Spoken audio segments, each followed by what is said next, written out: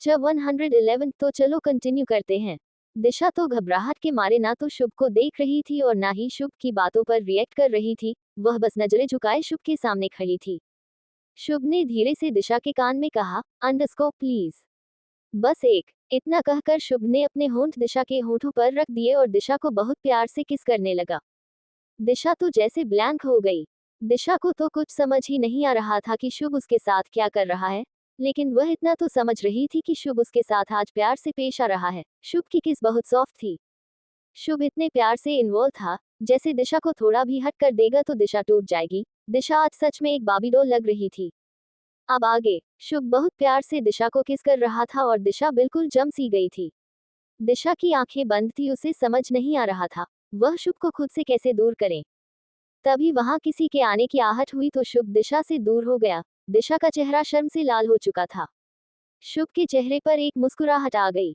शुभ ने धीरे से दिशा के गालों को चूमा और कहा, अंडरस्कोर चलो चलते हैं, भाभी वेट कर रही होगी।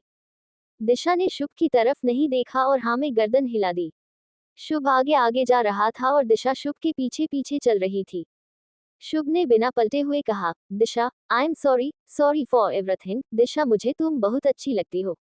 दिशा मेरे साथ लंच पर चलोगी? प्लीज मना मत करना। शुभ अपने ही धुन में बोले जा रहा था और दिशा कोई रिस्पांस नहीं कर रही थी। शुभ ने पलट कर देखा तो दिशा पीछे नहीं थी। शुभ की आंखें हैरानी से फैल गई। शुभ ने गुस्से में एक पंच बनाया दीवार पर मार कर कहा, किसकी हड्डियां कुटाई मांग रही है। शुभ गुस्से में दिशा को ढूंढने लगा। दूसरी तरफ नकुल ने किट्टू को देखकर कहा, अंडरस्कोर भाभी मैं अभी आता हूँ। इतना कहकर नकुल वहां से चला गया और किट्टू पार्टी हॉल में इस वक्त अकेली थी। सब डांस कर रहे थे। किट्टू सबको देख रही थी तभी वहां विराट आया। विराट को देखकर किट्टू सहम गई। ना चाहते हुए भी उसकी आंखों में पानी आ गया। किट्टू ने अपने आसपास देखा तो वहां कोई नहीं था, ना शुभ, ना नव्या, ना दिशा। किट्टू विराट को देखकर घबराने लगी। विराट ने कहा, अंडरस्कोर किट्टू तुम 2 बार मेरे हाथ से बच गई, आज तुम्हें कौन बचाएगा। कहाँ गया तुम्हारा रुद्र प्रताप सिंह, तुम्हारे नील भैया, तुम्हारा वह कार्टून देवर और निहाल वह कहाँ गया। किट्टू बस सहमी हुई सी विराट की आंखों से देख रही थी। तभी वहां नकुल आया। नकुल ने विराट को देखकर चिल्लाकर कहा, हे यू छोड़ो भाभी को। इतना सुनते ही विराट ने अपनी पिस्टल निकालकर नकुल के पैर पर शूट कर दिया। गोली की आवाज सुनकर पार्टी हॉल खाली हो गया। सब चिल्लाकर इधर उधर भाग गए। विराट के बाउंसर ने नकुल को उठाया और पार्टी हॉल के बाहर फेंक दिया। किट्टू के दिल की धड़कन है और ज्यादा तेज हो गई। किट्टू की घबराहट की कोई लिमिट नहीं थी। वह बेहिसाब विराट को देखकर डर रही थी। विराट उस वक्त अपने साथ 20-25 बाउंसर्स को लेकर आया था। विराट ने किट्टू को देखकर कहा, अंडरस्कोर तो चलो कंटिन्यू करते हैं। वैसे भी हमारी सुहागरात पूरी होते होते 2 बार रह गई, लेकिन आज तो मैं मना कर ही रहूंगा। इतना कहकर उसने किट्टू का हाथ पकड़ लिया और उसकी जैकेट उतारने लगा, लेकिन तभी वहां जय और वीर आ गए। जय ने बिना कुछ सोचे समझे एक पंच विराट के मुंह पर दे मारा। विराट अटैक के लिए रेडी नहीं था, इसलिए वह दूर जाकर गिर गया। विराट गुस्से से उठा और उसने बाउंसर को इशारा किया। जय और वीर को विराट के बाउंसर ने पकड़ लिया। वीर ने चिल्लाकर कहा, अंडरस्कोर विराट गलत आदमी से पंगा ले रहे हो। 2 बार छोड़ दिया सर ने तुम्हें, लेकिन इस बार तुम्हें नरक के दर्शन करवा देंगे। अगर तुमने किट्टू मैम को गलती से भी हाथ लगाया तो तुम्हारे खानदान को तुम्हारी लाश भी नसीब नहीं होने देंगे सर। विराट उठा और उसने एक चांटा वीर को मारकर कहा, अंडरस्कोर आज तुम्हारा रुद्र सर कुछ नहीं कर सकता, मैं अपनी मनमानी करके ही रहूंगा। विराट वीर को ज्यादा कुछ कह पाता उससे पहले वहां निहाल, नव्या आ गए। निहाल ने भी बिना सोचे समझे विराट को पकड़ा और एक पंच दूसरे गाल पर मार दिया। विराट दोबारा जमीन पर गिर गया। निहाल ने फाइटिंग मोड पर आते हुए कहा, अंडरस्कोर लगता है तुम मेरी पिटाई भूल गए, इसलिए तुम्हारी इतनी हिम्मत बढ़ गई। नव्या ने डर के मारे निहाल की बाजू पकड़ ली। निहाल ने धीरे से कहा, अंडरस्कोर तुम क्यों डर रही हो, तुम्हें तो कराटे आते हैं ना। नव्या ने कहा, आते हैं लेकिन फिर भी यह 20-25 आदमी है, मैं ज्यादा से ज्यादा 2 या 3 को ही मार सकती हूँ। विराट ने लेटे लेटे ही अपने बाउंसर को इशारा किया और उन्होंने निहाल को भी पकड़ लिया। किट्टू भागकर नव्या के पास आ गई। नव्या नहीं जानती थी कि विराट चिराग का भाई है, लेकिन विराट जानता था कि नव्या चिराग की गर्लफ्रेंड है। दूसरी तरफ शुभ दिशा को ढूंढ रहा था, लेकिन उसे दिशा कहीं नहीं मिल रही थी। फाइनली एक रूम में दिशा चिराग के साथ थी। चिराग ने दिशा का हाथ पकड़ा हुआ था और दिशा उसके हाथ पर मार मार कर कह रही थी, छोड़ो मुझे छोड़ो। चिराग ने कहा, मैंने तुम्हें उस और रूपमती से खरीदा था और तुम मुझे बिना खुश किए वहां से चली गई। अब तुम यहाँ डॉल बनकर घूम रही हो। शुभ ने कमरे का गेट खोला तो उसकी नजर चिराग और दिशा पर गई। दिशा ने जैसे ही शुभ को देखा उसमें चिराग के हाथ पर काट लिया और भागकर शुभ के पीछे चली गई।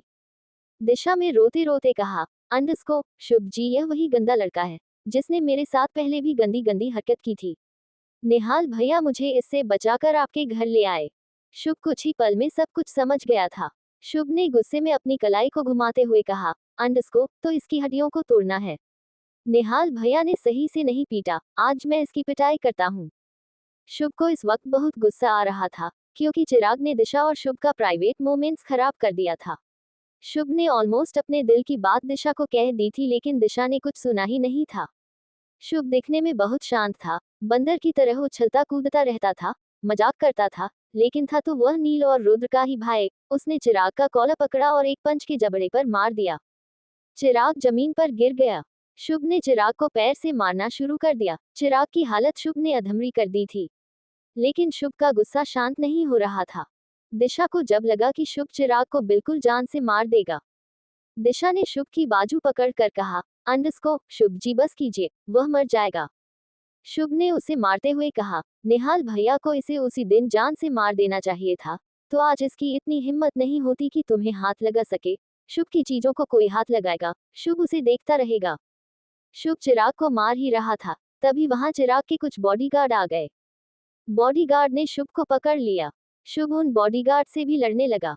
दिशा डर के मारे कोने में खड़ी थी और शुभ को देख रही थी। दिशा का दिल इस वक्त बहुत जोरों से धड़क रहा था। घबराहट के मारे वह कांप रही थी। बहुत देर लड़ने के बाद भी शुभ बॉडीगार्ड को हरा नहीं पा रहा था, क्योंकि शुभ अकेला था और बॉडीगार्ड 10-12। उन बॉडीगार्ड ने शुभ को पकड़ लिया और विराट को उठाकर वहां से ले गए। उन बॉडीगार्ड में से एक ने एक मुक्का शुभ के मुंह पर मारा और शुभ के मुंह से धीरे से निकला, भैया। नील जो कि ऑफिस में सो रहा था, उसकी नींद टूट गई और वह अचानक से उठ गया। नील के मुंह से निकला, शुभ। नील ने जल्दी से विंडो के बाहर देखा तो रुद्र गाड़ी स्टार्ट करके कहीं जा रहा था। नील ने बिना एक सेकंड गवाए अपने शूज उठाए और भागता हुआ पार्किंग में गया। तब तक रुद्र ने अपनी गाड़ी पार्किंग से निकाली थी। रुद्र ड्राइव कर रहा था, तभी अचानक से नील उसके सामने आ गया, तो रुद्र ने ब्रेक मार दी। नील ने रुद्र को देखा और रुद्र ने नील को। नील जल्दी से गाड़ी में बैठ गया। गाड़ी में बैठकर नील ने शूज पहनते हुए कहा, अकेला जा रहा था, मेरे फैन फॉलोइंग कम करेगा। रुद्र ने नील को देखा और ना में गर्दन हिला दी, फिर गाड़ी स्टार्ट कर दी। दूसरी तरफ पार्टी हॉल में विराट ने किट्टू का हाथ पकड़ा हुआ था, उसे खींच रहा था। नव्या भी किट्टू को खींच रही थी और कह रही थी, छोड़ दो, यह मेरी भाभी है, छोड़ो इसे। विराट ने गुस्से में कहा, ए लड़की, मेरी तुमसे कोई दुश्मनी नहीं है, इसीलिए चुपचाप किट्टू का हाथ छोड़ दो। किट्टू को तो आज मैं नहीं छोड़ूंगा। निहाल ने गुस्से में कहा, अगर किट्टू को खरोच भी आई तो तू सोच भी नहीं सकता कि रुद्र तेरे साथ क्या करेगा। अपनी मौत नहीं चाहते तो किट्टू को छोड़ दो, वरना सर तुम्हें नहीं छोड़ेंगे, जय ने गुस्से से बोला। वीर में थोड़ा जोश था, तो उसने चिल्लाकर कहा, अंडरस्को अपने आप को मर्द कहता है, इतने सारे बाउंसर लेकर आया है, हिम्मत है तो अकेले आना, तुझे सर तो बाद में मारेंगे, पहले मैं ही तेरा मुंह तोड़ दूंगा। विराट के हाथ में अब भी पिस्टल थी।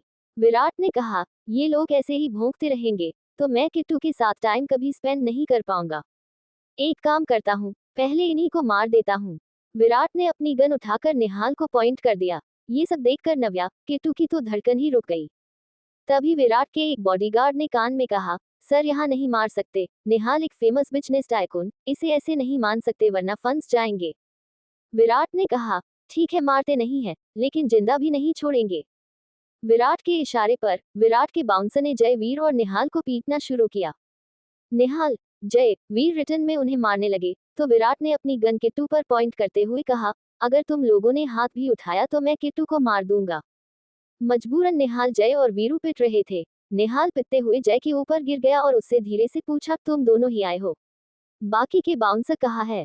वीर निहाल के ऊपर गिर गया और कहने लगा, सर बाकी बाहर खड़े हैं। निहाल ने पीटते हुए कहा, बाहर अंडे दे रहे हैं। वीर ने कहा, सर हमें इन सबको बाहर लेकर जाना होगा। जय, वीर, निहाल तीनों ने आपस में इशारा किया और मौके का फायदा उठाकर निहाल ने विराट को उठाकर खिड़की से बाहर फेंक दिया। विराट के आधे बाउंसर विराट के पीछे बाहर चले गए और आधे बाउंसर हॉल में रह गए। जयवीर निहाल ने उन बचे हुए बाउंसर को मारना शुरू किया। कुछ ही देर में वो सारे बाउंसर जमीन पर पड़े हुए दर्द से कराह रहे थे। निहाल ने नव्या का हाथ पकड़ा और जय ने किट्टू का, और फिर वो पांचों बाहर आ गए। बाहर आकर देखा तो निहाल की आंखें खुली की खुली रह गई। शुभ को कुछ बाउंसर ने पकड़ा हुआ था और उसे मार रहे थे। निहाल के बाउंसर भी घुटने टेक कर जमीन पर बैठे हुए थे और विराट के बाउंसर ने उन्हें गन से पॉइंट किया हुआ था। दिशा एक जगह खड़ी हुई बेहिसाब रो रही थी। 112 फ्लाइट एंड कॉमेडी।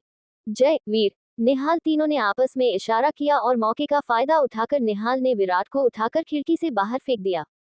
विराट के आधे बाउंसर विराट के पीछे बाहर चले गए और आधे बाउंसर हॉल में रह गए। जयवीर निहाल ने उन बचे हुए बाउंसर को मारना शुरू किया। कुछ ही देर में वो सारे बाउंसर जमीन पर पड़े हुए दर्द से कराह रहे थे। निहाल ने नव्या का हाथ पकड़ा और जय ने किट्टू का, और फिर वो पांचों बाहर आ गए। बाहर आकर देखा तो निहाल की आंखें खुली की खुली रह गई। शुभ को कुछ बाउंसर ने पकड़ा हुआ था और उसे मार रहे थे। निहाल के बाउंसर भी घुटने टेक कर जमीन पर बैठे हुए थे और विराट के बाउंसर ने उन्हें गन से पॉइंट किया हुआ था। दिशा एक जगह खड़ी हुई बेहिसाब रो रही थी। अब आगे। निहाल, जय, वीर ने शुभ को इस हालत में देखा तो तीनों भागकर उन लोगों पर टूट पड़े। नव्या और किट्टू दिशा के पास चली गई और तीनों चुपचाप एक जगह डरी सहमी खड़ी हो गई। निहाल, शुभ, जय, वीर चारों मिलकर उन लोगों मार रहे थे। तभी वहां विराट आ गया और विराट ने फिर से किट्टू को गन से पॉइंट कर लिया। विराट ने चिल्लाकर कहा, अंडस्को, अगर तुम चारों नहीं रुके तो मैं इस बार सच में किट्टू को जान से मार दूंगा। इतना कहकर विराट ने एक फायरिंग हवा में कर दी। चारों रुक गए और चारों को बाउंसर ने पकड़ लिया। विराट ने चिल्लाकर एक बाउंसर को इशारा करके कहा, अंडस्को, इस शुभ के हाथ कुछ ज्यादा ही चलते हैं, इसका हाथ ही तोड़ दो। निहाल ने चिल्लाकर कहा, अंडस्को, विराट तू क्या बोल रहा है? पता भी है किसका भाई है, छोड़ेगा नहीं रुद्र तुम्हें, अब तू अपनी उल्टी गिनती गिनना शुरू कर दे। विराट ने एक मुक्का निहाल को मारकर कहा, अंडस्को, तेरा भी नंबर आएगा, पहले मैं शुभ का हाथ तो तोड़ दूं, तेरी भी बहुत जुबान चलती है, तेरी जुबान भी कटवा दूंगा। शुभ को दो बाउंसर ने पकड़ा हुआ था और एक बाउंसर बैट लेकर उसके पास आ रहा था। उस बाउंसर ने बैट से शुभ के सीधे हाथ में मार दिया।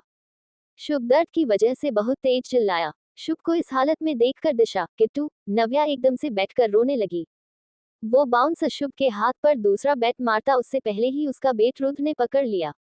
रुद्र की आंखों में इस वक्त खून था। रुद्र ने बैट लेकर साइड में फेंका और एक हाथ से उसका कॉलर पकड़ा और एक हाथ से उसकी बैट। रुद्र ने उस बाउंसर को उठाकर पटक दिया।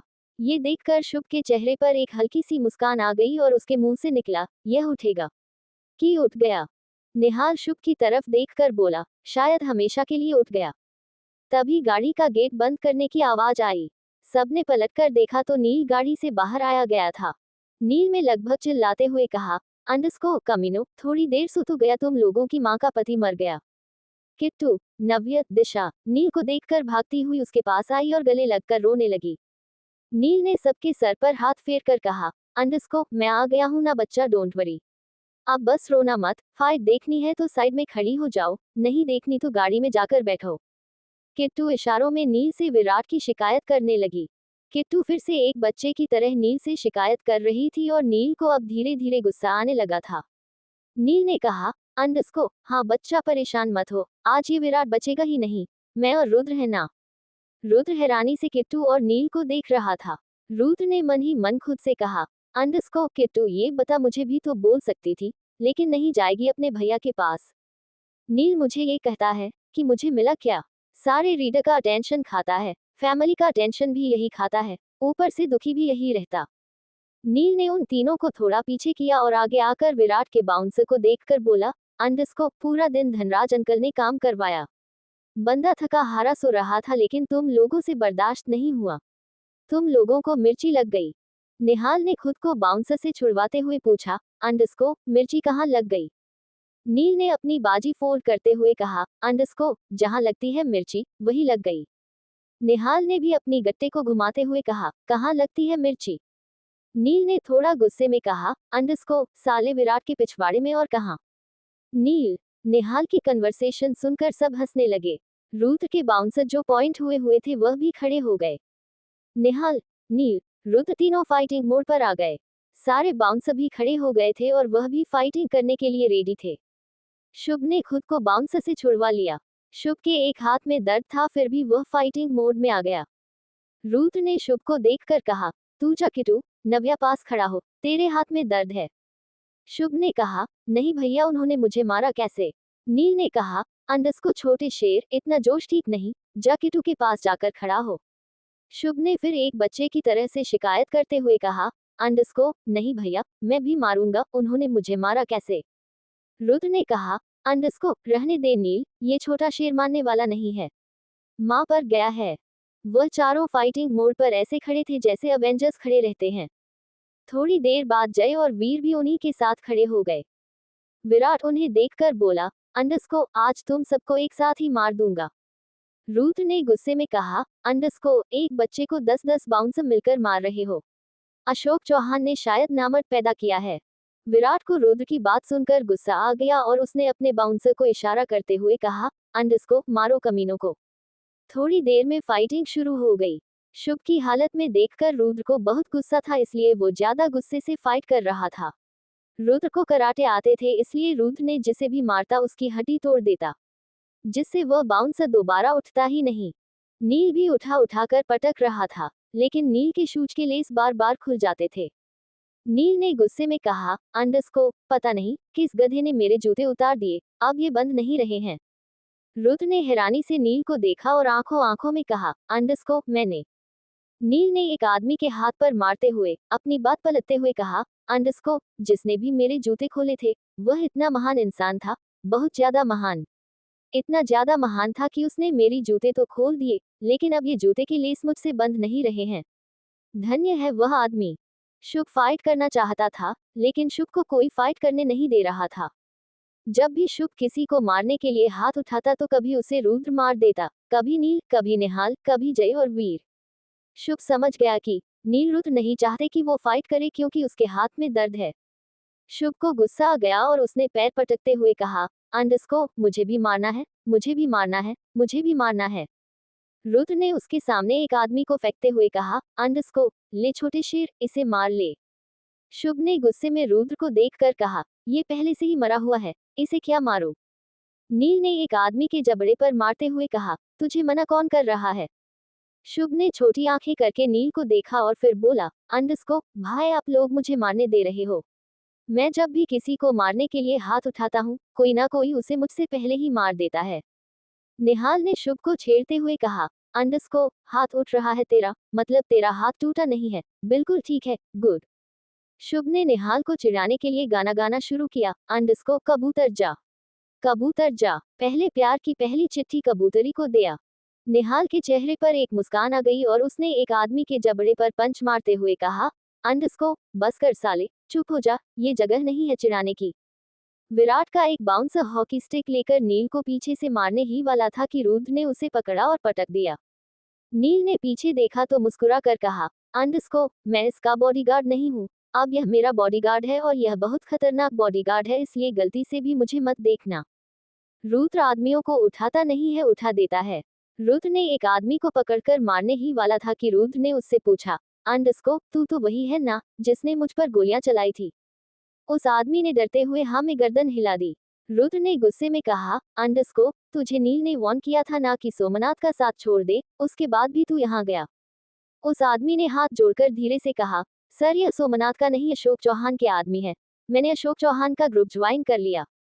रुद्र ने उसके हाथ पर वार करते हुए कहा, अंडस को, साले बता तो ऐसे रहा है जैसे उसने तुझे सीईओ की पोस्ट दे दी।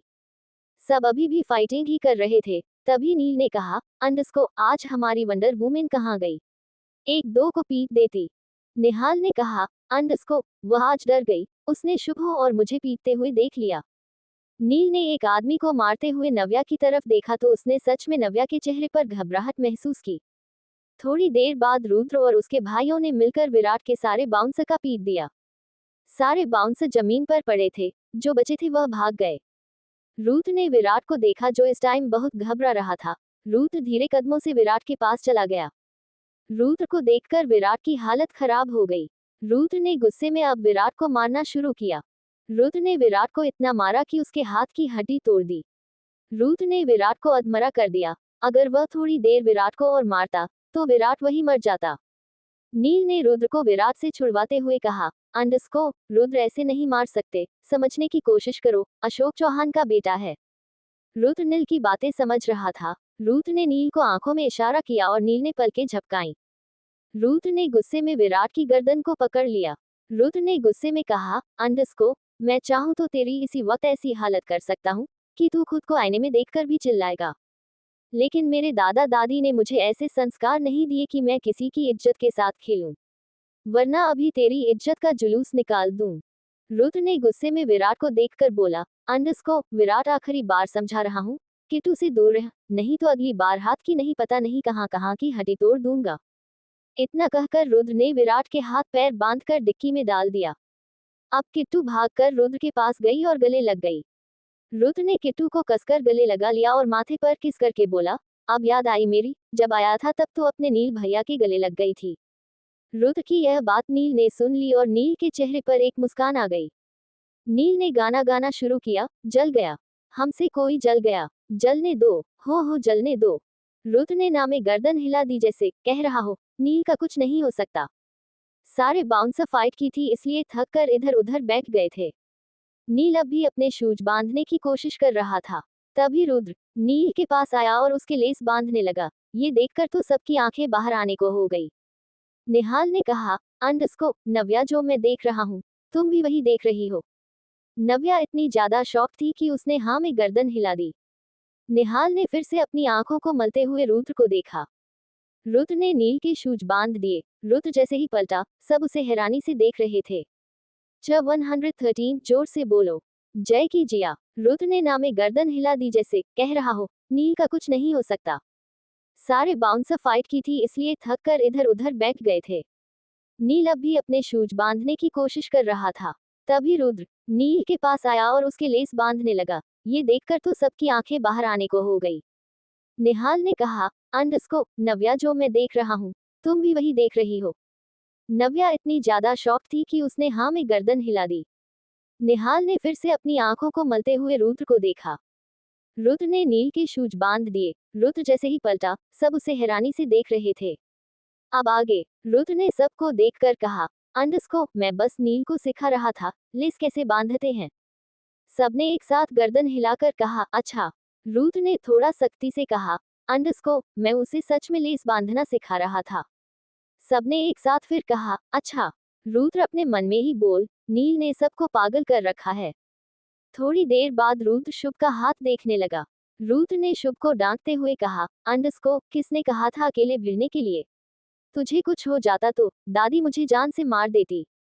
शुभ ने कहा, अंडरस्को, भैया, मैं तो अकेला ही उस आदमी को पीट रहा था जिसने दिशा के साथ बदतमीजी की थी। फिर पता नहीं इतने सारे बाउंसर कहां से आ गए।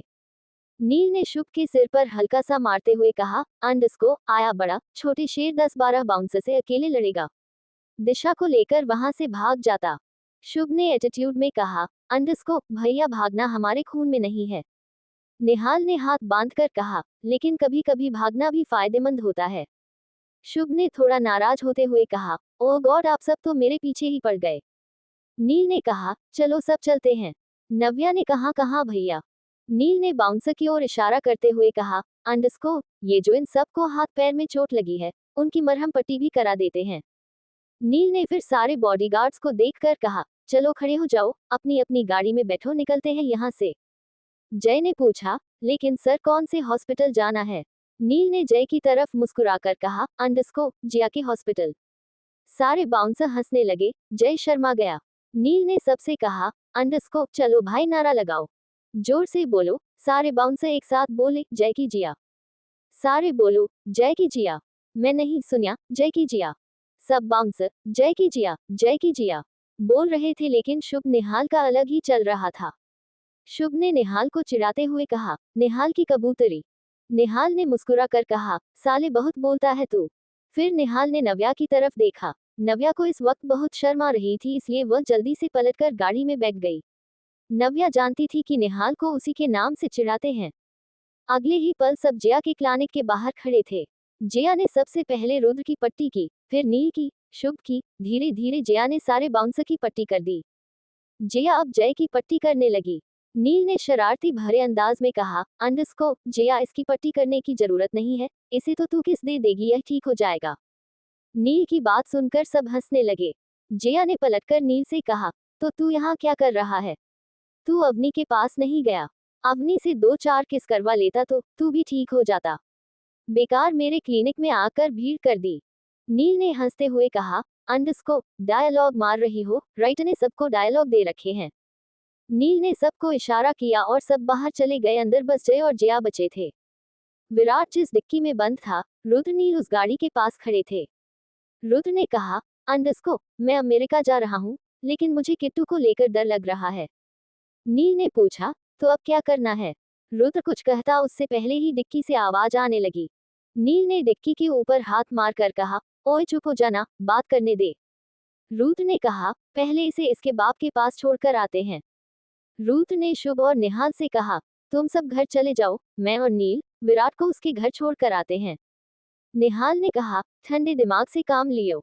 शुभ, निहाल, दिशा, किट्टू, नव्या को लेकर प्रताप हाउस के लिए निकल गए। नील और रुद्र भी विराट को लेकर चौहान विला के लिए निकल गए। रुद्र ने अशोक चौहान के घर के बाहर गाड़ी रोकी और डिक्की में से विराट को निकालकर लगभग घसीटता हुआ घर में लाया। रुद्र ने विराट को हॉल के बीचों बीच फेंकते हुए कहा, अंडरस्को अशोक चौहान बाहर निकल। अशोक चौहान घबराता हुआ आया। उसने विराट को उठाकर गले लगा लिया। रुद्र ने गुस्से में कहा, अंडरस्को अशोक चौहान अपनी औलाद को संभाल कर रखो, वरना इस बार मेरे हाथ लग गया तो लाश भी नहीं मिलेगी। अशोक ने गुस्से में कहा, रुद्र अपनी जुबान संभाल कर रखो, लाश बिछानी मुझे भी आती है। नील अभी तक रुद्र के पीछे खड़ा था। नील रुद्र के सामने आकर बोला, तो बिछा लाश, हम दोनों यहीं खड़े हैं। तभी वहां कुछ लोग आए और विराट को लेकर चले गए। अशोक चौहान ने चिल्लाकर कहा, तुम दोनों को तो मैं छोड़ूंगा नहीं। रुद्र ने कहा, अंडरस्को अगली बार विराट ने किट्टू की ओर आंख उठाकर भी देखा तो छोड़ूंगा तो मैं तुम दोनों बाप बेटे को नहीं। नील ने भी एटीट्यूड के साथ कहा, अंडरस्को अशोक चौहान रुद्र प्रताप सिंह से दुश्मनी लेना अच्छी बात नहीं, तालाब में रहकर मगरमच्छ से बैर नहीं करते।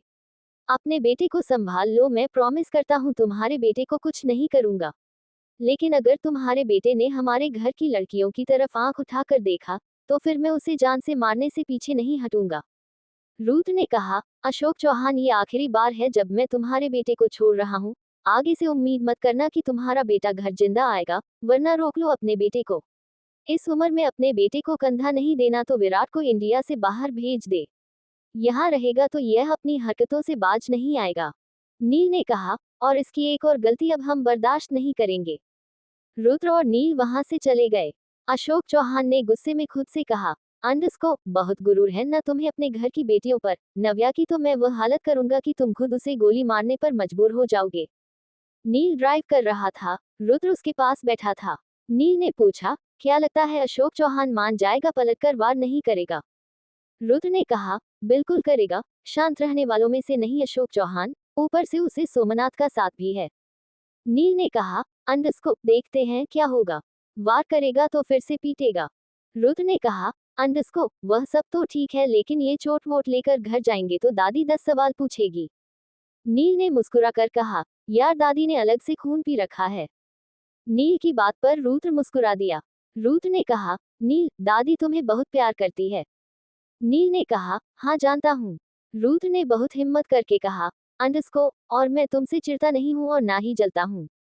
नील ने मुस्कुरा कर कहा, अंडरस्को हाँ पता है, तुम भी मुझे दादी जितना ही प्यार करते हो। नील की बात सुनकर रुद्र के चेहरे पर एक शाय वाली मुस्कान थी, इसलिए उसने अपना चेहरा विंडो की तरफ कर लिया। नील ने रुद्र को छेड़ते हुए कहा, अंडरस्को हाय हाय हमसे क्या शर्माना। रुद्र ने हंसते हुए कहा, नील मैं अवनी नहीं हूँ और ना ही दादी हूँ, प्लीज मेरे साथ यह बातें मत किया कर। थोड़ी देर बाद दोनों प्रताप हाउस पहुंच गए। दोनों ने जाकर देखा तो सब गार्डन में ही बैठे थे, अंदर कोई नहीं गया था। रुद्र नील उतरकर उनके पास गए। रुद्र ने पूछा, तुम सब अंदर क्यों नहीं गए? शुभ ने कहा, अंडरस्को मैंने सोचा पहले बड़ा भाई अंदर जाएगा तब छोटा भाई अंदर जाएगा, चलिए भाई पहले आप। रुद्र समझ रहा था कि शुभ अंदर क्यों नहीं जा रहा, क्योंकि दादी के सवालों का जवाब शुभ के पास भी नहीं था। दादी जितना लड़ाई झगड़े से दूर रहने के लिए कहती, ये चारों उतना ही लड़ाई झगड़ों के पास जाते। रुद्र ने नील को देखकर कहा, अंडरस्को नील पहले तुम चलो। नील में थोड़ा सख्ती से कहा, अंडरस्कोर तुम दोनों मिलकर मेरा मामा मत बनाओ, मैं नहीं जाने वाला। संजय के पिताजी की चंद्रकला के साथ केबीसी में नहीं खेलने वाला। नील ने निहाल को देखा और कहा, अंडरस्कोर चल निहाल तुझे ड्रॉप कर देता हूँ। निहाल ने कहा, अंडरस्कोर मैं तेरी गर्लफ्रेंड हूँ, जो तू मुझे ड्रॉप करेगा मैं खुद चला जाऊंगा, गाड़ी लेकर आया हूँ। नील ने कहा, अरे साले साहेब, गर्लफ्रेंड ना सही, गर्लफ्रेंड का भाई तो है। जया का क्लिनिक। जया जय की पट्टी कर रही थी और जय अपने मोबाइल में बिजी था। सारे बाउंसर क्लिनिक से चले गए थे, जय को इस बात की खबर भी नहीं थी। जया बहुत आराम से जय की बैंडेज कर रही थी। जय ने नासमझी में अपने गाल पर हाथ रख कर कहा, अंडरस्कोर जया यहाँ भी कोई क्रीम लगा दो, बहुत दर्द कर रहा है। जया ने अपने होठ जय के गाल पर रख दिया, उसे सक करने लगी। जय अपने होश में आया। जय ने अपना चेहरा जया के पास से हटाकर कहा, जया प्लीज। जया ने कहा, क्यों प्लीज? मैं तुम्हारे अलावा किसी और से शादी नहीं करूंगी, फिर तुम ये सब क्यों करते हो? क्यों मुझे हट करते हो? जय ने कहा, अंडरस्कोर मैंने पहले भी कहा था, अब भी कह रहा हूँ, मैं तुम्हारे लायक नहीं, मुझे भूल जाओ। इतना कहकर जय ने अपनी गन उठाए और जया की क्लिनिक से बाहर आ गया। जया ने हाथ बांधकर कहा, अंडरस्कोर तो तुम ऐसे नहीं मानोगे, पर मैं भी तुम्हें मना कर रहूंगी। प्रताप हाउस। सब बाहर ठंड में बैठे थे, लेकिन अंदर जाने की हिम्मत किसी में नहीं थी। रुद्र ने किट्टू को सीने में छुपाया हुआ था, ताकि उसे ठंड न लग जाए। नील ने अपनी जैकेट उतारकर नव्या को दे दी थी और नव्या उसे पहन कर बैठी थी। शुभ का मन था कि वह भी अपनी जैकेट उतारकर दिशा को दे दे, लेकिन शुभ को नील और रुद्र से डर लग रहा था। शुभ ने मन ही मन खुद से कहा, क्या करूं, कैसे दूं? ठंड तो मेरी पिकाचू को भी लग रही होगी। शुभ ने कहा, दिशा तुम्हें भी ठंड लग रही है। निहाल ने अपना कोट निकाल कर दिशा को दे दिया और दिशा में निहाल का कोट पहन लिया। शुभ ने मन ही मन कहा, अंडरस्कोर निहाल भैया से अपनी कबूतरी पट नहीं रही और दूसरे की कबूतरी को कोट पास करते हैं। नील ने अपने हाथों को रब करते हुए कहा, अंडरस्कोर अब क्या पूरी रात यही बैठे रहने का इरादा है? कुछ सोचो। शुभ ने कहा, रामू काका को फोन लगाओ, वह गेट खोल देंगे। रुद्र ने कहा, ये आइडिया तुझे पहले क्यों नहीं आया? शुभ ने कहा, मैं सोच रहा था आप भाभी के साथ थोड़ा और रोमांस कर लो। ये सुनकर किट्टू शर्मा गई। नील ने कहा, अंडरस्कोर तुम सब रामू काका को फोन करो, मैं निहाल को घर ड्रॉप करके आता हूँ। निहाल ने कहा, साले मैं खुद चला जाऊंगा, मुझे तेरी जरूरत नहीं है। नील ने निहाल का हाथ पकड़कर गाड़ी की ओर ले जाते हुए कहा, अंडरस्कोर जब मैं हूँ तो तू अकेले क्यों जाएगा? तुझे मैं घर छोड़कर आऊंगा। इतनी रात को अकेले बाहर जाना लड़कों के लिए सेफ नहीं है। निहाल ने कहा, साले नौटंकी, साफ साफ बोलना तुझे अवनी से मिलना है। नील ड्राइविंग सीट पर बैठता हुआ बोला, हाँ यार अवनी से मिलना है, 2-3 दिन हो गए, चल अब चल जल्दी। 114 तेरे होके रहेंगे। दिल जिद पर अड़ा है। शुभ ने कहा, मैं सोच रहा था आप भाभी के साथ थोड़ा और रोमांस कर लो। ये सुनकर किट्टू शर्मा गई। नील ने कहा, अंडरस्कोर तुम सब रामू काका को फोन करो, मैं निहाल को घर ड्रॉप करके आता हूँ। निहाल ने कहा, साले मैं खुद चला जाऊंगा, मुझे तेरी जरूरत नहीं है। नील ने निहाल का हाथ पकड़कर गाड़ी की ओर ले जाते हुए कहा, अंडरस्कोर जब मैं हूँ तो तू अकेले क्यों जाएगा? तुझे मैं घर छोड़कर आऊंगा। इतनी रात को अकेले बाहर जाना लड़कों के लिए सेफ नहीं है। निहाल ने कहा, साले नौटंकी, साफ साफ बोलना तुझे अवनी से मिलना है। नील ड्राइविंग सीट पर बैठता हुआ बोला, हाँ यार अवनी से मिलना है, 2-3 दिन हो गए, चल अब चल जल्दी। अब आगे। नील निहाल। जब निहाल के घर पहुंचे तो आधी रात हो चुकी थी। नील। निहाल ने घर के अंदर आके देखा तो घर की सारी लाइट्स ऑफ थी। निहाल ने नील को इशारा करते हुए कहा, अंडरस्कोर वह वाला कमरा अवनी का है, जाओ। नील ने मुस्कुराकर कहा, अंडरस्कोर यार साला हो तो तेरे जैसा वरना ना हो। निहाल ने मुस्कुराकर कहा, साले नौटंकी। नील बिना सोचे समझे उस कमरे में चला गया। अवनी खुद को ब्लैंकेट से कवर करके सो रही थी। नील खुश होकर धीरे कदमों से अवनी के पास आ गया। नील धीरे धीरे गाना गुनगुना रहा था, महबूब मेरे, महबूब मेरे, तू है तो दुनिया कितनी हंसी है, जो तू नहीं तो कुछ भी नहीं है। नील बिल्कुल अवनी के पास आ गया। नील को धीरे धीरे खराटे की आवाज सुनाई दी। नील ने खुद से कहा, अवनी कराटे लेती है, ये खराटे कब से लेने लगी? नील ने बड़े प्यार से ब्लैंकेट हटाया, तभी बाथरूम में से किसी की आवाज आई। नील ने बाथरूम की तरफ देखा और फिर ब्लैंकेट की तरफ, वहां सुधीर सो रहा था। बाथरूम से सीमा निकल कर आई थी। सीमा और सुधीर को देख नील एकदम से गायब हो गया। नील बाहर आया तो निहाल सोफे पर बैठकर जोर जोर से हंस रहा था। निहाल ने हंसते हुए कहा, अंडस्को क्या हुआ? मिला नहीं अपने सास ससुर से? नील उसके पास एक पंच बनाकर आया पर निहाल भाग गया। नील ने कहा, अंडस्को साले, जिस दिन तेरी कबूतरी मिल गई ना, उस दिन देखना तेरा क्या कबूतर बनाता हूँ। निहाल अब भी हंस रहा था। नील ने कहा, अंडस्को अब सही सही बता दे, अवनी का कमरा कौन सा है? निहाल ने हाथ उठाकर ऊपर की तरफ इशारा कर दिया। नील ने जाते हुए कहा, साले देख लूंगा तुझे मैं। निहाल भी बोला, हाँ हाँ साले, देख लियो। नील अवनी के कमरे में चला गया तो अवनी बालकनी में खड़ी थी। अवनी को बिल्कुल पता नहीं था कि उसके कमरे में नील चुका है। नील ने अवनी को पीछे से गले लगा दिया और उसके कानों में गाना गुनगुनाने लगा। तेरे होके रहेंगे, ओ तेरा शौक चढ़ा है, ओ तेरे होके रहेंगे, ओ दिल जिद पर अड़ा है। अवनी ने भी धीरे से गाना गाया, नहीं जाना, नहीं जाना, तेरे नाल सोनिए, नहीं जाना। नील ने अवनी को गोदी में उठा लिया और बेड पर ले आया। नील अवनी के ऊपर आ गया और फिर से गुनगुनाने लगाओ, अंडस्को उठा ले जाऊंगा तुझे मैं डोली में, देखती रह जाएंगी सखियां तुम्हारी। अवनी ने करवट लेकर नील को अपने नीचे कर लिया और उसके ऊपर आकर गुनगुनाने लगी, अंडस्को मैं ससुराल नहीं जाऊंगी, डोली रख दो कहारो, साल 2 साल नहीं जाऊंगी, डोली रख दो कहारो। नील फिर से करवट लेकर अवनी को अपने नीचे ले आया और गुनगुनाने लगा, अंडस्को ले जाएंगे, ले जाएंगे, दिलवाले दुल्हनिया ले जाएंगे। अवनी ने गुनगुनाया, अंडस्को मैं भी तेरे साथ हूँ, दिल भी तेरे साथ, जल्दी जल्दी लेकर आ जा चन्ना बारात। नील ने फिर से गुनगुनाए, अंडस्को मेरे पास से पैसा है ना कार सजनी, कड़का है तेरा दिलदार सजनी। अवनी अपनी नाक नील की नाक से रगड़ कर गुनगुनाने लगी, अंडस्को मुझे कोठी बंगला ना कार चाहिए, दिल चाहिए, दिलदार चाहिए। नील ने अपने गाल अवनी के गाल पर रब करते हुए कहा, सच अवनी तुम कुछ नहीं चाहिए। अवनी ने मुस्कुराकर ना में गर्दन हिला दी और बोली, मुझे बस आप चाहिए। नील ने मुस्कुराकर अपनी के होंठों पर अपने होंठ रख दिए और अवनी ने अपनी आंखें बंद कर ली। थोड़ी देर बाद नील ने अवनी के नाइट सूट के बटन खोलने शुरू कर दिए। अवनी ने नील हाथ पकड़ लिया और हैरानी से देखने लगी। नील ने कहा, अंडस्को कुछ नहीं कर रहा हूँ, पर जो मेरा है उसे तो मैं लेकर रहूंगा। नील ने अपने होंठ टैटू पर रख दिया और उसे सक करने लगा। अवनी फिर से अपनी हील रगड़ने लगी, लेकिन नील नहीं रुका। प्रताप हाउस। नव्या बेड पर लेटी हुई थी, लेकिन उसे नींद नहीं आ रही थी। नव्या को बार बार निहाल से की हुई किस याद आ रही थी। फिर निहाल का किट्टू के लिए बाउंसर से पीटना, फिर निहाल का सबको मारना। नव्या को इस वक्त सिर्फ निहाल के अलावा कुछ और याद ही नहीं आ रहा था।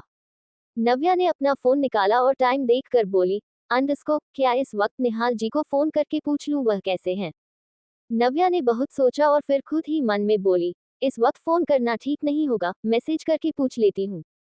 नव्या ने मैसेज किया, हेलो, और अगले ही पल निहाल का मैसेज रिप्लाई आ गया, हाय नव्या सोए नहीं अभी तक? नव्या ने फोन को देखकर मुस्कुराकर खुद से कहा, यह मेरे मैसेज का वेट कर रहे थे, 1 सेकंड में ही रिप्लाई कर दिया। नव्या ने हिम्मत करते हुए मैसेज टाइप किया, निहाल जी आप ठीक है? निहाल ने रिप्लाई किया, हाँ ठीक हूँ, तुम्हें मेरी फिक्र हो रही है? नव्या ने टाइप किया, नहीं बिल्कुल नहीं, बस एज अ फ्रेंड पूछ लिया। निहाल ने टाइप किया, मतलब हम फ्रेंड है? नव्या के पास अब बोलने के लिए कुछ नहीं था। नव्या ने टाइप किया, गुड नाइट निहाल जी अपना ध्यान रखना।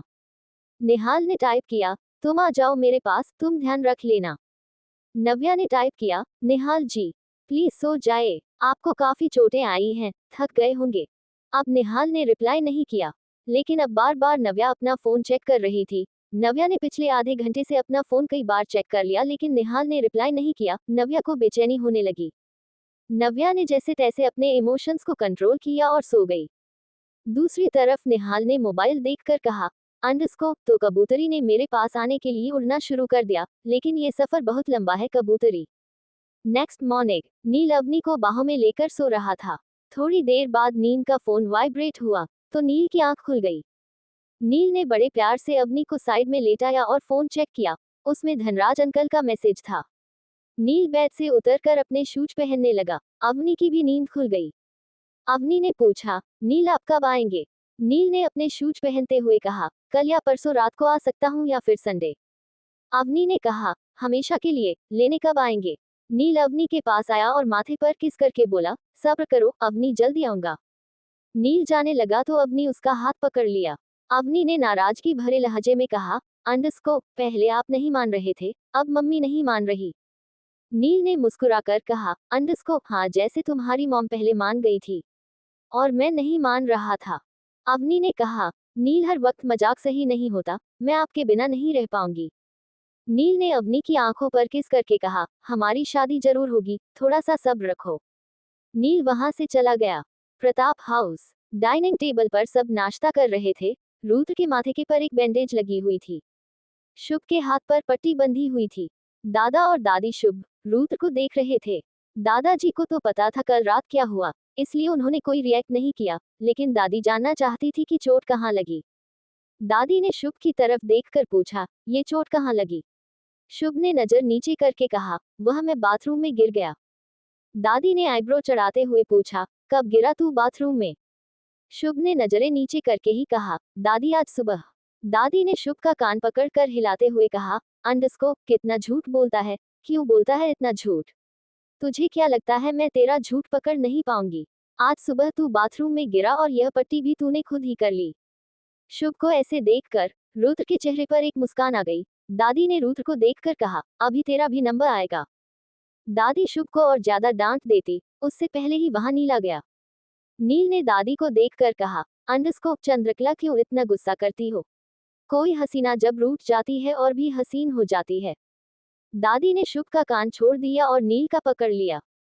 दादी ने कहा, अंडरस्को, तू मुझे ये बता, तेरे हाथ में चोट कैसे लगी और शुभ के हाथ में चोट कैसे लगी और रुद्र के माथे पर चोट कैसी लगी? जल्दी बताओ, इससे पहले कि मेरा गुस्सा फट जाए। दादाजी ने अखबार पलटते हुए कहा, चंद्रकला छोड़ दो, तीनों भाई कल साथ में थे, कुछ नहीं हुआ। कॉलेज के लड़के शुभ को परेशान कर रहे थे, उन्होंने उन्हें पीट दिया, बस यही बात है।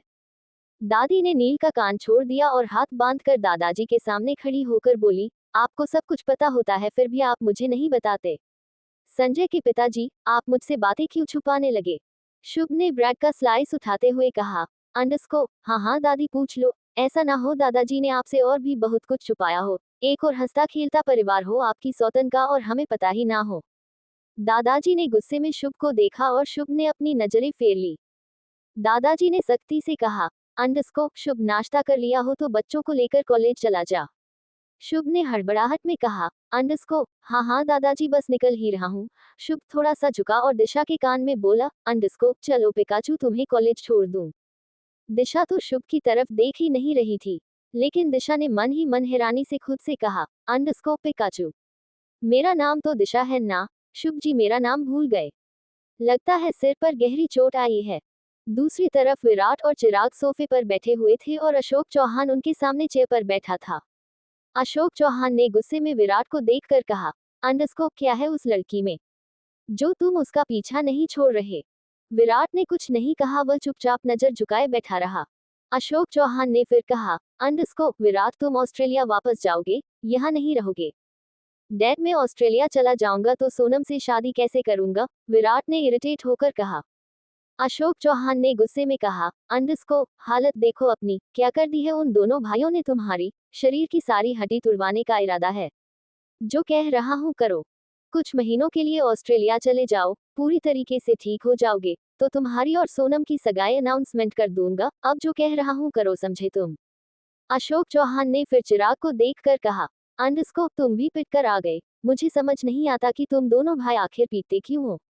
20 बाउंसर तुम्हारे साथ रहते हैं फिर भी पिट कर आते हो। चिराग ने कहा, उस समय अकेला था। अशोक चौहान ने कहा, अंडरस्को, अब जो कह रहा हूँ ध्यान से सुनो, जितनी जल्दी हो सके नव्या से शादी करो। चिराग ने कहा, अंडरस्को, डैड, मुझे नहीं लगता वह मुझसे शादी करने में इंटरेस्टेड है। वह हमेशा एक ही बात बोलती है कि मेरे भाई से मिलो। अशोक चौहान ने कहा, कुछ भी करो, प्यार से समझाओ, जबरदस्ती करो, ब्लैकमेल करो, लेकिन नव्या से शादी करो। 115 रोमांस।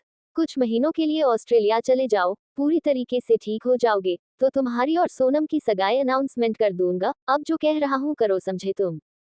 अशोक चौहान ने फिर चिराग को देखकर कहा, अंडरस्को, तुम भी पिट कर आ गए। मुझे समझ नहीं आता कि तुम दोनों भाई आखिर पीटते क्यों हो। 20 बाउंसर तुम्हारे साथ रहते हैं फिर भी पिट कर आते हो। चिराग ने कहा, उस समय अकेला था। अशोक चौहान ने कहा, अंडरस्को, अब जो कह रहा हूँ ध्यान से सुनो, जितनी जल्दी हो सके नव्या से शादी करो। चिराग ने कहा, डेड मुझे नहीं लगता वह मुझसे शादी करने में इंटरेस्टेड है। वह हमेशा एक ही बात बोलती है कि मेरे भाई से मिलो। अशोक चौहान ने कहा, कुछ भी करो, प्यार से समझाओ, जबरदस्ती करो, ब्लैकमेल करो, लेकिन नव्या से शादी करो। अब आगे प्रताप हाउस। सब डिनर कर रहे थे। दादा और दादी ने एक दूसरे को देखा और दादाजी ने कहा, तुम सबके लिए खुशखबरी है। सबने कछुए की तरह अपनी मुंडी उठाए और दादाजी को देखने लगे। दादाजी ने कहा, कोई अनुमान लगा सकता है कि क्या गुड न्यूज़ है? सबने एक साथ ना में गर्दन हिला दी। शुभ ने चुटकी लेते हुए कहा, दादाजी प्लीज यह मत कहना कि आप अपनी दूसरी बीवी को भी यहाँ लेकर आ रहे हो। नील ने शुभ के सिर पर मारते हुए कहा, हमेशा पीटने की बातें क्यों करता है? दादाजी ने मुस्कुरा कर कहा, अगले हफ्ते नील और अवनी की सगाई है। ये सुनकर सब एक साथ चिल्लाए, रुद्र को छोड़कर। शायद रुद्र पहले से ही जानता था। नील खुश तो था, लेकिन उसके दिमाग में बात घूम रही थी कि अवनी की मॉम इतनी जल्दी कैसे मान गई। सबने डिनर कर लिया और सब अपने कमरे में चले गए, लेकिन नील दादा दादी के कमरे में चला गया। नील को देखकर दादाजी ने कहा, जो पूछने आए हो उसका जवाब देना जरूरी है।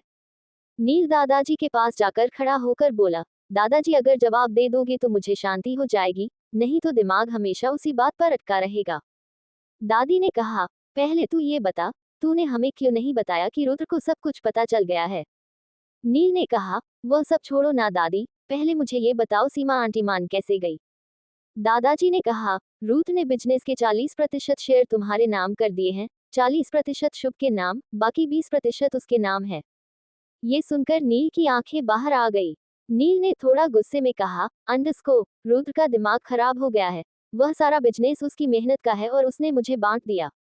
दादाजी ने नील को समझाते हुए कहा, नील मेरी बात सुनो, कुछ पेपर पर साइन होने से बंटवारे नहीं होता। बंटवारे होते हैं जब दिल में खटास आती है। जब तुम्हारी और रुद्र के बीच खटास आएगी, बंटवारा तब होगा। नील ने कहा, फिर भी दादाजी, मेरा इस प्रॉपर्टी पर राइट नहीं है। दादी ने कहा, अब वह सब तुम दोनों भाई जानो, जो सच था हमने बता दिया, जाकर रुद्र से पूछो। नील ने थोड़ा एक्टिंग करते हुए कहा, हाँ चंद्रकला, आपने तो पल्ला झाड़ लिया और मुझे रुद्र के पास भेज दो। जैसे मैं रुद्र से पूछूंगा तो वह मुझे बता देगा। दादाजी ने नील के कंधे पर हाथ रखकर कहा, तो जाकर सो जाओ। दादी ने भी कहा, हाँ जाकर सो जाओ, अवनी के सपने देखने हैं, 1 हफ्ते बाद सगाई जो है तुम्हारी। नील ने दादी को गले लगाकर कहा, हाय मेरी चंद्रकला, अच्छे से जानती हो आप मुझे और मेरे सपने में कभी कभी आप भी आती हो। फिर मैं और आप डेट पर जाते हैं और मूवी देखते हैं। झुक गया आसमां। दादी ने कहा, इससे पहले कि तेरी गर्दन झुकाकर मैं तुझे मारूं, जा यहाँ से। नील वहां से चला गया। नील जब अपने कमरे में आया तो बहुत खुश था। नील बेड पर लेट गया और उसने अपने बराबर में देखा तो उसे अवनी दिखाई दी। नील ने अवनी के गालों पर हाथ रख कर कहा, बहुत जल्दी मेरे पास आने वाली हो। ये सुनकर अवनी मुस्कुराने लगी। थोड़ी देर बाद अवनी गायब हो गई। नील ने भी आंखें बंद कर ली और सो गया। नील की सगाई का दिन। सब तैयार होकर होटल पहुंच गए, लेकिन शुभ, दिशा, रुद्र, किट्टू अभी तक नहीं गए। शुभ रेडी होकर से सोफे पर बैठा हुआ दिशा का वेट कर रहा था। दिशा शुभ के साथ जाना नहीं चाहती थी। शुभ ने गाड़ी की चाबी घुमाते हुए कहा, कहाँ रह गई पिकाचू? जल्दी आ। थोड़ी देर में रुद्र भी तैयार होकर किट्टू का वेट करने लगा। रुद्र ने शुभ को देखकर कहा, तू किसे वेट कर रहा है? जा, मैं ले आऊंगा किट्टू और दिशा को। तभी वहां दिशा और किट्टू आ गई। रुद्र ने कहा, अब खड़ा क्यों है? जा, मैं ले आऊंगा दोनों को। शुभ ने हाँ में गर्दन हिलाते हुए बहुत धीरे कदमों से घर के बाहर जाने लगा। तभी किट्टू ने रुद्र को इशारों में कुछ कहा और रुद्र ने शुभ को आवाज लगाकर रोक लिया। शुभ के चेहरे पर एक मुस्कान आ गई। शुभ ने पलटकर कहा, हाँ भैया। रुद्र ने कहा, तुम दिशा को लेकर जाओ, मैं किट्टू को लेकर आ जाऊंगा। शुभ ने दिशा को देखा। दिशा ने एक व्हाइट और येलो कलर की मैचिंग का लहंगा पहना हुआ था, जिसमें दिशा बहुत खूबसूरत लग रही थी। शुभ ने मन ही मन फिर कहा, यार यह व्हाइट क्यों पहनती है, मुझसे कांड करवा के मानेगी। शुभ ने भी व्हाइट कलर की कमीज और ब्लैक कलर का ब्लेजर पहना था। शुभ ने कहा, हाँ हाँ भैया क्यों नहीं, चलो दिशा। रुद्र ने शुभ को रोकते हुए कहा, शुभ कोई शरारत नहीं, वरना फिर तेरे लिए अच्छा नहीं होगा। शुभ ने बेपरवाह होकर जवाब दिया, हाँ हाँ भैया, डोंट वरी, अब आज से कोई शरारत नहीं। शुभ और दिशा वेन्यू के लिए निकल गए। किट्टू ने रुद्र का हाथ पकड़ा और कमरे में लेकर आ गई। किट्टू ने गुस्से में अपने बाल आगे किए और अपनी कमर रुद्र की तरफ कर दी। रुद्र ने शरारत भरे अंदाज में कहा, अंडस्को, ये सब करने का टाइम नहीं है, अभी नील की सगाई में चलते हैं, उसके बाद आकर करता हूँ। किट्टू ने पलटकर रुद्र की बाजू पर एक मार दिया। किट्टू फिर से पलटकर खड़ी हो गई है और उसने अपने बाल आगे किए और रुद्र को कमर दिखाने लगी। रुद्र अब किट्टू की कमर पर जले का निशान देख रहा था। रुद्र ने उसे टच किया और मन में खुद ही कहा, पता नहीं किट्टू मुझे कब इसके बारे में बताएगी। किट्टू की कमर बहुत गोरी थी जिसे देखकर रुद्र अपना सलाइवा घटक रहा था। रुद्र ने अपनी उंगली से किट्टू के जले हुए निशान को छुआ। किट्टू की बॉडी में सिरहन सी दौड़ गई क्योंकि रुद्र उसे बहुत सेक्सुअली टच कर रहा था। किट्टू पलटने ही वाली थी कि रुद्र ने अपने एक हाथ से उसके दोनों हाथों को आगे पकड़ लिया और फिर रुद्र ने अपने होठों जले हुए निशान पर रख दिए और किट्टू को किस करने लगा। रुद्र के ऐसा करने से किट्टू मदहोश होने लगी। रुद्र के होठ किट्टू की कमर पर घूम रहे थे। धीरे धीरे रुद्र ने किट्टू के लहंगे की चुन्नी उतार दी और किट्टू की सिसकियां तेज हो गई। रुद्र में किट्टू की टॉप की डोरी खोल दी और उसे निकाल दिया। किट्टू और ज्यादा सिसकियां लेने लगी। रुद्र के हाथ लगातार किट्टू की कमर पर चल रहे थे। रुद्र ने किट्टू को पलटा और किस करने लगा। रुद्र के हाथ किट्टू के कॉलर बोन से नीचे जा रहे थे और किट्टू खुद को कंट्रोल करने में नाकाम हो रही थी। रुद्र के होठ किट्टू की कॉलर बोन से लेकर पेट तक हरकत कर रहे थे और किट्टू आंखें बंद किए हुए सब कुछ फील कर रही थी। रुद्र के हाथ जैसे ही किट्टू के लहंगे पर गए, किट्टू ने रुद्र के हाथों को पकड़ लिया। लेकिन रुद्र रुकना नहीं चाहता था। रुद्र ने किट्टू को गोद में उठाया और बेड पर ले आया। रुद्र फिर से किट्टू को किस करने लगा। किट्टू उसे रोकने की कोशिश कर रही थी तो रुद्र ने किट्टू के हाथों को पकड़कर बेड पर लगा दिया। रुद्र के होठ किट्टू के अपर बॉडी पार्ट पर घूम रहे थे और किट्टू की सांसें भारी हो रही थी। रुद्र किट्टू में खोसा गया था और किट्टू भी रुद्र की खुशबू में बहक गई थी। रुद्र ने किट्टू के हाथों को छोड़ा और उसके हाथ किट्टू के लहंगे की डोरी पर चले गए। रुद्र ने जैसे ही लहंगे की डोरी खोली, किट्टू अपने होश में आई और उसने रुद्र को धक्का दे दिया और खुद को ब्लैंकेट से कवर कर लिया। रुद्र बेड के किनारे पर ही था। किट्टू के धक्का देने से रुद्र सीधा बेड से नीचे गिर गया। बेड से गिरते ही रुद्र हंसने लगा। रुद्र ने हंसते हुए कहा, अंडस्को, तुम ही तो बार बार मुझे अपनी कमर दिखा रही थी, मेरी क्या गलती है। किट्टू ने गुस्से में रुद्र को देखा। जैसे कह रही हो, आप सब समझते हैं कि मैंने आपको अपनी कमर क्यों दिखाई, फिर भी आप मेरे साथ शरारत कर रहे थे। रुद्र ने हंसते हुए कहा, जहां इतना कोऑपरेट किया था थोड़ी देर और रुक जाती, हमारी सुहागरात आज ही हो जाती, लेकिन नहीं, धक्का दे दिया। द बिजनेस टाइकून रुद्राक्ष प्रताप सिंह को उसकी वाइफ कात्यायनी ने बेड से धक्का दे दिया। किट्टू ने इस वक्त अपने आप को ब्लैंकेट से अच्छे से कवर किया हुआ था और किट्टू गुस्से में रुद्र को देख रही थी। रुद्र हंसता हुआ उठा और अलमारी में से एक साड़ी निकाल कर लाया। रुद्र ने वह साड़ी किट्टू को देते हुए कहा, अंडस्को, लो इसे पहन लो, इसमें तुम्हारी कमर नहीं दिखेगी। किट्टू ने नामे गर्दन हिला दी। रुद्र ने वापस से एक ड्रेस निकाली और किट्टू को दिखाते हुए कहा, अंडस्को, ये वाला गाउन पहन लो, इसमें भी तुम्हारी कमर नहीं दिखेगी। किट्टू ने फिर से नामे गर्दन हिला दी। रुद्र ने बहुत सारी ड्रेस किट्टू को दिखाए, लेकिन किट्टू ने सबके लिए नामे गर्दन हिला दी। रुद्र किट्टू के पास आ गया और उसकी नाक से अपनी नाक रगड़ कर बोला, अंडस्को, छोड़ो ना, हमारे बिना भी सगाई हो जाएगी। तुम्हें ड्रेस पहनने ही क्यों है, चलो ना, कंटिन्यू करते हैं। किट्टू ने ब्लैंकेट से अपना हाथ निकाला और रुद्र के सीने पर मारने लगी। रुद्र ने किट्टू का हाथ पकड़ लिया और पीछे की तरफ मोड़ दिया। रुद्र फिर से किट्टू को किस करने लगा। एक डीप किस के बाद रुद्र ने किट्टू को छोड़ा। रुद्र अपने होंठ किट्टू के होठ के पास ले जाकर कहने लगा, अंडस्को, अच्छा बताओ क्या करूं। किट्टू ने इशारों में कुछ कहा और उधर की आंखें फैल गई। रुद्र ने थोड़ा हैरान होते हुए कहा, लिटिल खरगोश, कैसी बातें कर रही हो, अब मैं तुम्हारे लहंगे का टोप लेने जाऊंगा। किट्टू ने हाँ में गर्दन हिला दी। रुद्र ने अपने दोनों हाथ कमर पर रखे और थोड़ा सा कमरे में चलकर कहा, अंडस्को, मैं Rudraksh Pratap Singh the business tycoon दर्जी से तुम्हारा ब्लाउज लेने जाएगा। किट्टू ने फिर से हाँ गर्दन हिला दी। रुद्र ने हंसकर बोला, अंडस्को, लिटिल खरगोश, मैं नहीं जाने वाला, तुम कुछ और पहन लो। किट्टू ने नामे गर्दन हिला दी। रुद्र फिर से किट्टू के पास आ गया और उसके होठों के पास अपने होठ ले जाकर बोला, अंडस्को, छोड़ो ना, नील की सगाई हो जाएगी, हम अपना हनीमून मानते हैं। किट्टू ने फिर से रुद्र को धक्का दे दिया और रुद्र फिर से जमीन पर गिर गया। रुद्र ने उठते हुए कहा, अंडस्को, दे दो धक्का जितना देना है, जब मैं अमेरिका चला जाऊंगा ना, फिर देखता हूँ किसे धक्का दोगी। ये सुनते ही किट्टू की आंखें नम हो गई। रुद्र जल्दी से किट्टू के पास आया और उसके चेहरे को अपने दोनों हाथों में भरकर बोला, अंडस्को, ओह मेरा लिटिल खरगोश, नाराज हो गया? अच्छा ठीक है, चलो तुम तैयार हो जाओ, हम तुम्हारे लिए दूसरी ड्रेस लेने चलेंगे। 116 एक गंदी हरकत कर लूं। रुद्र ने हंसकर बोला, अंडस्को, लिटिल खरगोश, मैं नहीं जाने वाला, तुम कुछ और पहन लो। किट्टू ने ना में गर्दन हिला दी। रुद्र फिर से किट्टू के पास आ गया और उसके होठों के पास अपने होठ ले जाकर बोला, अंडस्को, छोड़ो ना, नील की सगाई हो जाएगी, हम अपना हनीमून मानते हैं। किट्टू ने फिर से रुद्र को धक्का दे दिया और रुद्र फिर से जमीन पर गिर गया। रुद्र ने उठते हुए कहा, अंडस्को, दे दो धक्का जितना देना है। जब मैं अमेरिका चला जाऊंगा ना, फिर देखता हूँ किसे धक्का दोगी। ये सुनते ही किट्टू की आंखें नम हो गई। रुद्र जल्दी से किट्टू के पास आया और उसके चेहरे को अपने दोनों हाथों में भरकर बोला, अंडस्को, ओह मेरा लिटिल खरगोश, नाराज हो गया? अच्छा ठीक है, चलो तुम तैयार हो जाओ, हम तुम्हारे लिए दूसरी ड्रेस लेने चलेंगे।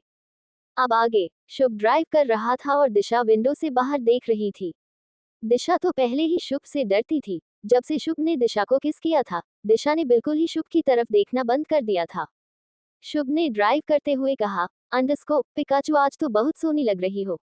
दिशा ने कोई रिएक्ट नहीं किया। दिशा तो मन ही मन सोच रही थी, वेन्यू इतनी दूर क्यों है। थोड़ी देर बाद शुभ ने गाड़ी पार्किंग में रोक दी। दिशा उतरने लगी तो शुभ ने उसका हाथ पकड़कर अपनी तरफ खींच लिया और उसके बालों को पीछे करते हुए बोला, अंडस्को, एक गंदी हरकत कर लूं।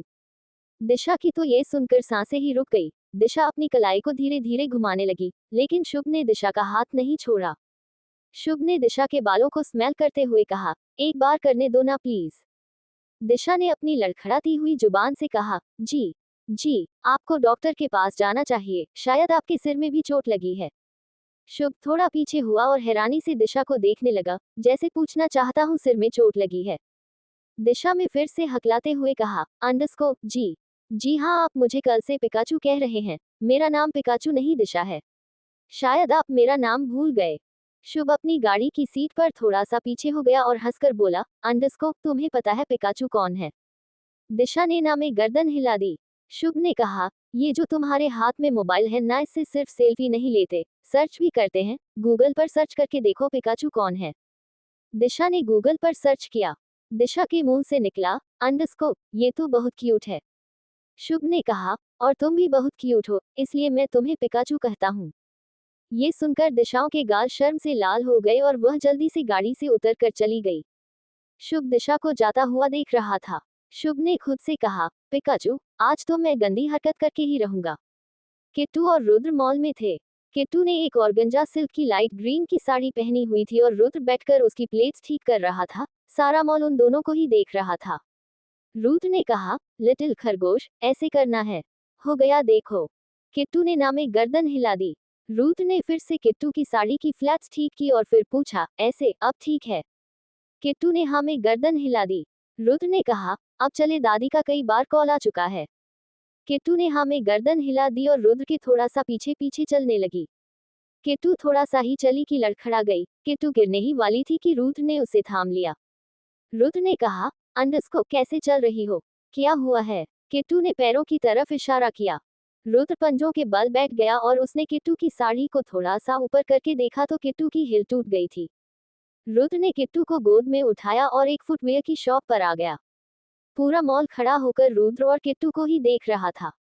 रुद्र ने पलटकर देखा और पूछा, अंडस्को, आज से पहले हस्बैंड वाइफ को नहीं देखा? कुछ लोग रुद्र की बात सुनकर इधर उधर चले गए, लेकिन नजरें उनकी अब भी किट्टू रुद्र पर ही थी। एक ने कहा, यार यह बिजनेस टाइकून रुद्र प्रताप सिंह है ना, जो बहुत फेमस है। देखो कितना प्यार करते हैं अपनी बीवी से। रुद्र किट्टू के पास आया और पंजों के बल बैठ गया। रुद्र ने किट्टू का पैर उठाकर अपनी थाई पर रख लिया और उसे हिल पहनाने लगा। रुद्र ने किट्टू को अच्छे से हिल पहनाकर उसके पैर को सेक्सुअली टच करने लगा। रुद्र के टच से किट्टू की आंखें फैल गई। किट्टू ने गुस्से में छोटी आंखें करके रुद्र को देखा। रुद्र के चेहरे पर एक मीठी सी मुस्कान थी। रुद्र ने कहा, अंडस्को, ऐसे क्या देख रही हो लिटिल खरगोश, तुम्ही ने सुबह मेरा मूड बनाया था। रुद्र किट्टू मॉल से बाहर आ गए और वेन्यू के लिए निकल गए। अवनी ने आज कैरेट कलर का एक बहुत सुंदर गाउन पहना था। बालों का बन बनाया हुआ था, कानों में बड़े बड़े इयररिंग्स, होठों पर गाउन की मैचिंग की लिपस्टिक। अवनी आज बहुत ज्यादा खूबसूरत लग रही थी। अवनी के चेहरे की मुस्कुराहट अवनी की खूबसूरती को और बढ़ा रही थी। नील ने कैरेट रेड कलर की शर्ट, स्काई ब्लू कलर की पेंट और उस पर स्काई ब्लू कलर का ब्लेजर पहना हुआ था। अवनी और नील दोनों पिछले 2 घंटे से अपनी अपनी रिंग लिए खड़े हुए थे। दोनों रुद्र और किट्टू का इंतजार कर रहे थे। नील ने अपनी रिंग हाथ में पकड़ी हुई थी और अपने मोबाइल में कुछ काम करता हुआ चक्कर लगा रहा था। अवनी ने भी अपने रिंग हाथ में पकड़ी हुई थी और दिशा नव्या से बातें कर रही थी। ये सब देखकर सीमा अंदर ही अंदर जल रही थी। सीमा ने गुस्से में मगर धीरे से कहा, अंडस्को, अब जब तक रुद्र नहीं आएगा नील अवनी को रिंग नहीं पहनाएगा। मुझे तो समझ नहीं आता, सगाई तो रुद्र के बिना भी हो जाएगी, लेकिन नहीं, पिछले 2 घंटे से सब रुद्र का इंतजार कर रहे हैं और एक रुद्र है जिससे बिल्कुल भी परवाह नहीं। सुधीर ने कहा, अंडस्को, सीमा कहीं तो शांति से रहा करो। रुद्र ने 40% प्रॉपर्टी नील के नाम कर दी और नील उसके बिना सगाई कर ले। तभी रुद्र और किट्टू की पार्टी में एंट्री हो गई। रुद्र को देखकर नील ने अपने कमर पर हाथ रख लिया, जैसे पूछ रहा हूँ, इतनी देर से क्यों आया, आता ही मत। रुद्र ने भी नील से आंखों आंखों में ही सॉरी कह दिया। निहाल, नव्या, शुभ ने एक साथ गाना गाया, इंतहा हो गई इंतजार की, आईना कुछ खबर मेरे यार की।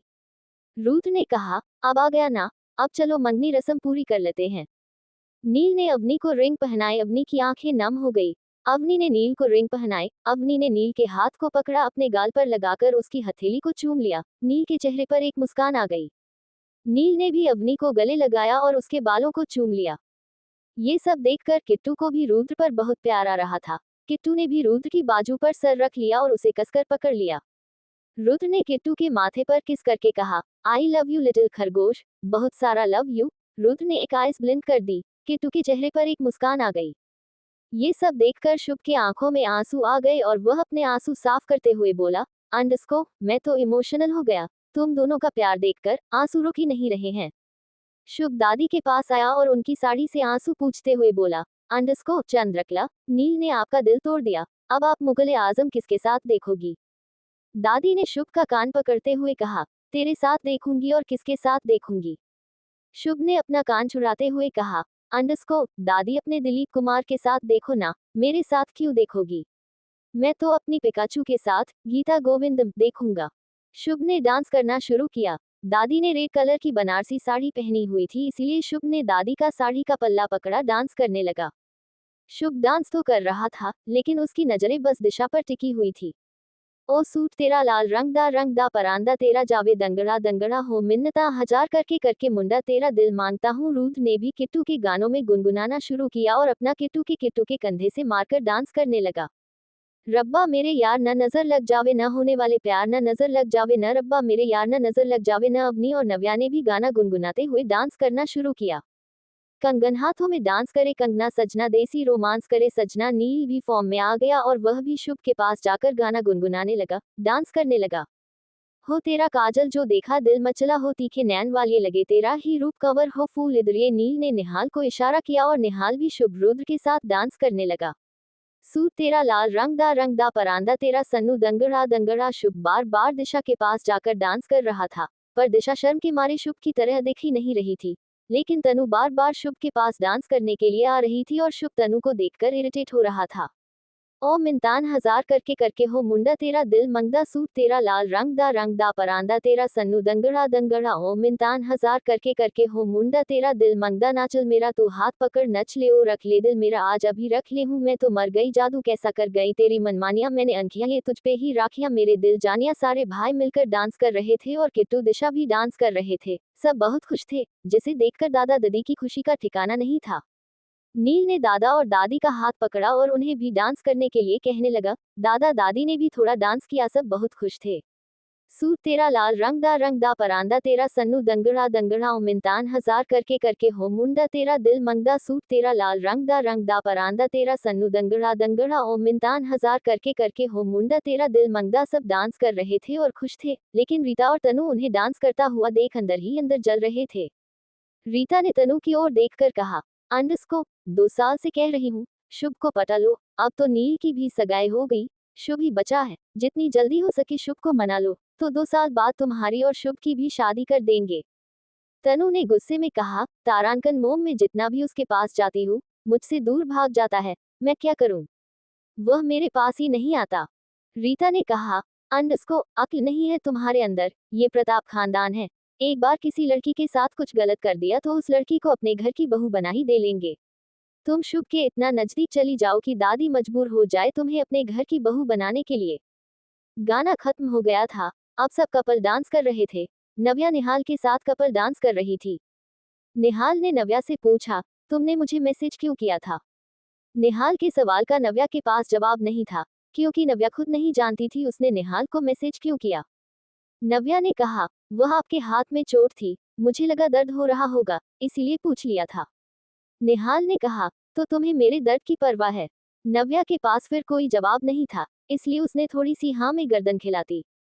117 मेरे बदन पर एक भी कपड़ा नहीं था। रीता ने कहा, अंडस्को अक्ल नहीं है तुम्हारे अंदर, ये प्रताप खानदान है। एक बार किसी लड़की के साथ कुछ गलत कर दिया तो उस लड़की को अपने घर की बहू बना ही दे लेंगे। तुम शुभ के इतना नजदीक चली जाओ कि दादी मजबूर हो जाए तुम्हें अपने घर की बहू बनाने के लिए। गाना खत्म हो गया था। अब सब कपल डांस कर रहे थे। नव्या निहाल के साथ कपल डांस कर रही थी। निहाल ने नव्या से पूछा, तुमने मुझे मैसेज क्यों किया था? निहाल के सवाल का नव्या के पास जवाब नहीं था, क्योंकि नव्या खुद नहीं जानती थी उसने निहाल को मैसेज क्यों किया। नव्या ने कहा, वह आपके हाथ में चोट थी, मुझे लगा दर्द हो रहा होगा, इसीलिए पूछ लिया था। निहाल ने कहा, तो तुम्हें मेरे दर्द की परवाह है? नव्या के पास फिर कोई जवाब नहीं था, इसलिए उसने थोड़ी सी हाँ में गर्दन खिलाती। अब आगे। निहाल ने अपनी आईज बिलिंग करते हुए कहा, अंडस्को दर्द तो मेरे दिल में भी है, उसका हाल तो कभी नहीं पूछा। ये सुनते ही नव्या की आंखें फैल गई। नव्या ने छोटी आंखें करके निहाल को देखा और फिर बोली, अंडस्को अगर आप ऐसी बातें करेंगे तो मुझे आपके साथ डांस नहीं करना। इतना कहकर नव्या जाने लगी, लेकिन निहाल ने उसका हाथ नहीं छोड़ा। निहाल ने कहा, अंडस्को अच्छा अच्छा नहीं करता ऐसी बातें, डांस तो कर लो। नव्या और निहाल फिर से डांस करने लगे। रीता ने अपने पर्स में से एक छोटा सा पाउच निकालकर तनु को देते हुए कहा, अंडस्को ये लो, इसे कैसे भी करके शुभ की ड्रिंक में ऐड कर दो। तनु ने कहा, मॉम क्या है ये और ड्रिंक में ऐड करने से क्या होगा? रीता ने कहा, तुम एक बार शुभ की ड्रिंक में मिला दिया तो वह वाइल्ड हो जाएगा, फिर तुम उसके पास चली जाना, उसे होश नहीं रहेगा और वह अपनी हदें पार कर देगा, फिर कुछ दिनों बाद मैं और तुम प्रताप हाउस जाएंगे तुम्हारा रिश्ता लेकर। जब तुम उन्हें अपना दुखड़ा सुनाओगी तो शुभ मना नहीं कर पाएगा और मजबूरन उसे तुमसे शादी करनी पड़ेगी। तनु ने वह पैकेट पकड़ते हुए कहा, अंडस्को क्या बात है, क्या दिमाग में आइडिया आया है आपके? आप यह आइडिया मुझे पहले देते तो आज मेरी भी शुभ के साथ सगाई हो जाती। रीता ने तनु के सर पर मारकर कहा, अकल कम है तुम्हारे अंदर, अब जो कह रही हूँ वह करो, जैसे भी करके ये ड्रग्स शुभ को खिलाना है। तनु ने वह ड्रग एक ड्रिंक में ऐड कर दिया और उस ड्रिंक को लेकर शुभ के आगे पीछे घूमने लगी, लेकिन शुभ को तनु में बिल्कुल भी इंटरेस्ट नहीं था, इसलिए उसने तनु को इग्नोर कर दिया। शुभ ने कहा, तनु मेरे पीछे क्यों घूम रही हो? क्या चाहिए तुम्हें? तनु ने कहा, इतना गुस्सा क्यों कर रहे हो? अच्छा उस दिन मैंने तुम्हारे खाने में मिर्च ऐड कर दी थी, इसलिए तुम्हें इतना गुस्सा है? अच्छा उसके लिए सॉरी, चलो तुम इसे पी लो, तुम्हारा गुस्सा शांत हो जाएगा। शुभ ने थोड़ा गुस्से में कहा, तो उस दिन तुमने मेरे खाने में मिर्च ऐड की थी और मैंने उस पिकाचू पर सारा गुस्सा निकाल दिया। तनु बोली, माफी मांग तो रही हूँ, अब इतना भी गुस्सा अच्छा नहीं, चलो ये ड्रिंक कर लो, तुम्हारा गुस्सा शांत हो जाएगा। शुभ को लगा कि जब तक वह ड्रिंक नहीं करेगा तनु से परेशान करती रहेगी। शुभ ने ड्रिंक ले ली। शुभ ने कहा, अब मैं इसे पी लूंगा, तुम जाओ। तनु चली गई, लेकिन तनु की नजर शुभ पर ही थी। शुभ वो ड्रिंक लेकर दिशा के आगे पीछे घूमने लगा। शुभ ने कहा, पिकाचू बहुत डांस कर लिया, थक गई होगी, लो इसे पी लो। दिशा ने कहा, नहीं मुझे प्यास नहीं है। शुभ बोला, पिकाचू पी लो, अभी और डांस करेंगे, तब तक रेस्ट कर लो। दिशा ने वो ड्रिंक पी ली। दूसरी तरफ दादा दादी आपस में बातें कर रहे थे। दादी बोली, अंडस्को मेरे बच्चे ऐसे ही खुश रहे, बस उन्हें राइटर की नजर ना लगे। दादाजी बोले, अंडस्को चंद्रकला इतना परेशान मत हुआ करो, उसी ने बनाया है वही बिगड़ेगा, सब कुछ उसी के हाथ में है, हम तो बस उसके हाथ की कठपुतली हैं। तुम परेशान मत हो, सब ठीक ही रहेगा। सगाई खत्म हो गई और सब घर जाने लगे। दादी ने नव्या की तरफ देखकर कहा, अंडस्को नव्या दिशा कहाँ है? नव्या ने कहा, अंडस्को वह शुभ के साथ आई थी, शायद उसी के साथ वापस जाएगी, आप चलिए वह दोनों आ जाएंगे। दादी ने नव्या को एक मुस्कान पास की और फिर वह सब गाड़ी में बैठकर प्रताप हाउस आ गए, लेकिन दिशा और शुभ वापस नहीं आए। कुछ दिनों बाद रूथ पैकिंग कर रहा था और किट्टू नम आंखों से खड़ी थी। रूथ ने अपनी शर्ट बैग में रखते हुए कहा, अंडस्को किट्टू ऐसे विदा करोगी? कुछ हफ्तों की तो बात है, आ जाऊंगा।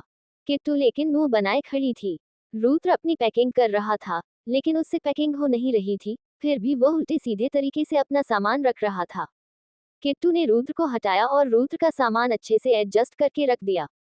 रुद्र ने किट्टू को पीछे से गले लगाते हुए कहा, अंडस्को, ओ मेरे लिटिल खरगोश, मैं भी तो तुम्हें मिस करूंगा, अकेले तुम थोड़ी करोगी।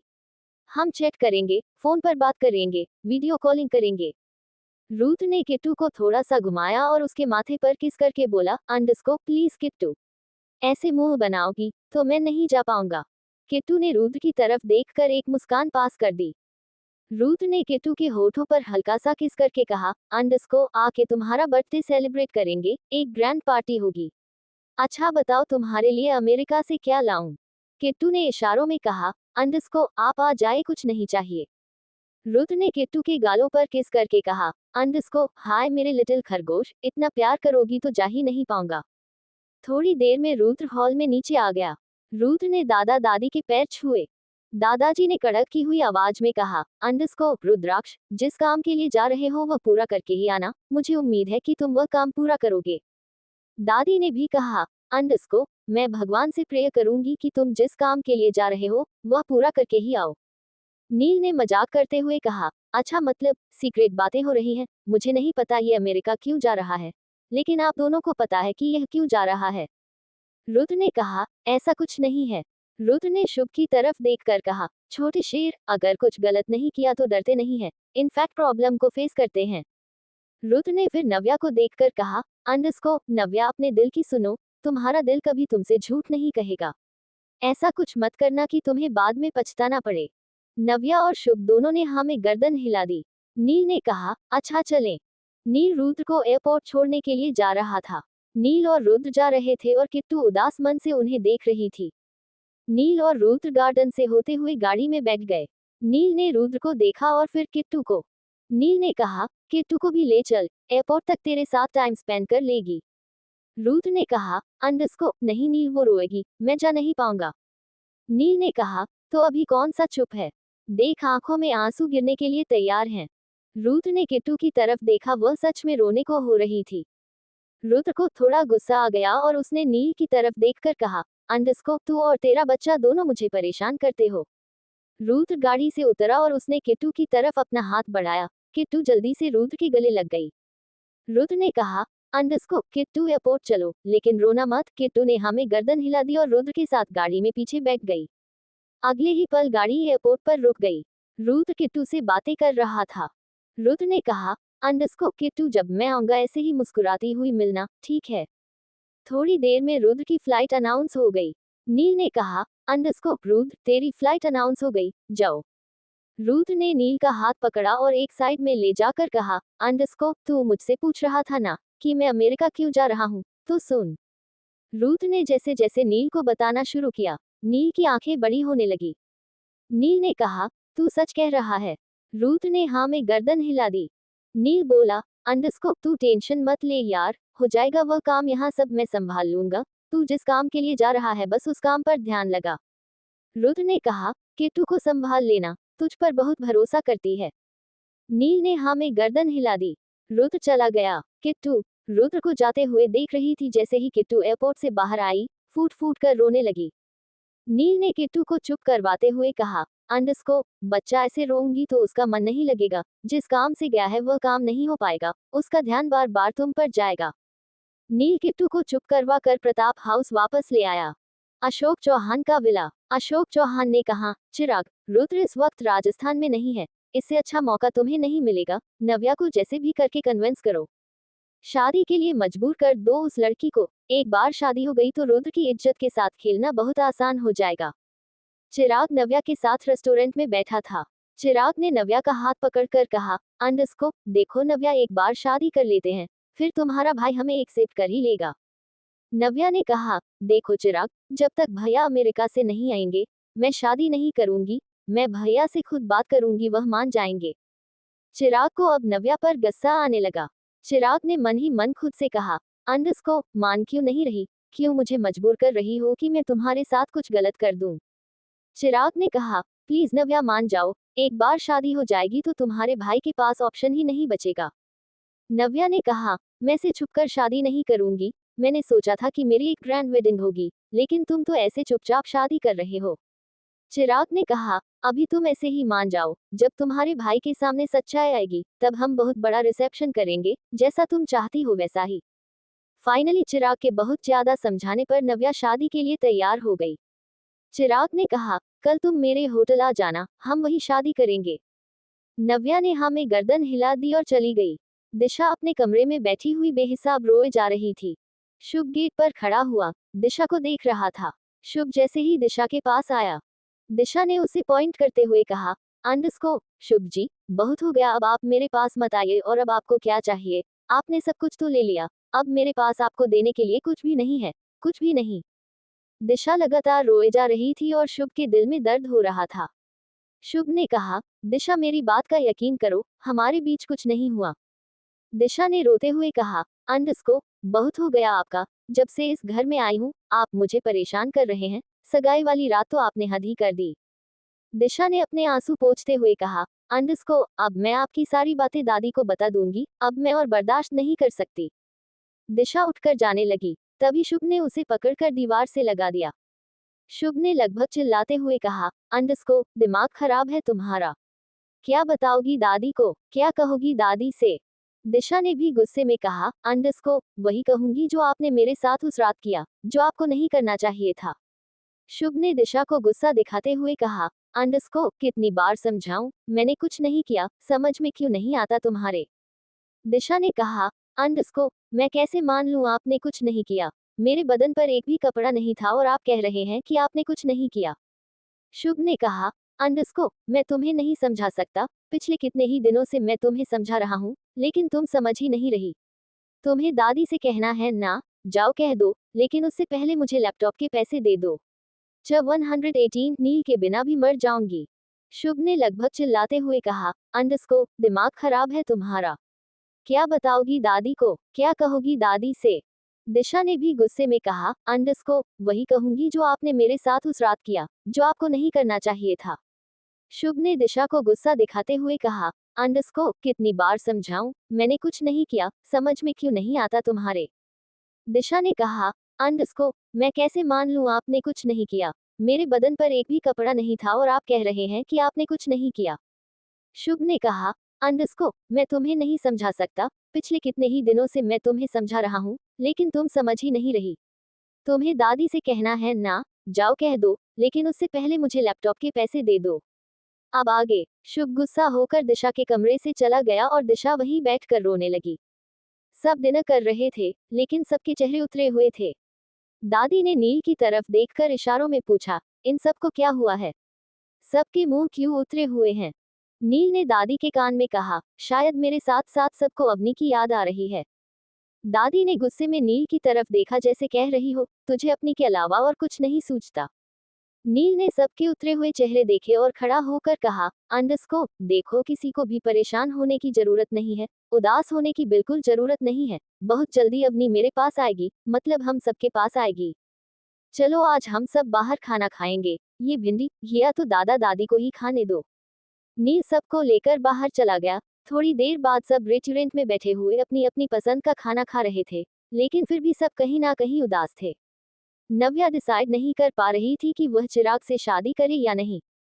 शुभ और दिशा के बीच बहुत ज्यादा मिसअंडरस्टैंडिंग क्रिएट हो चुकी थी।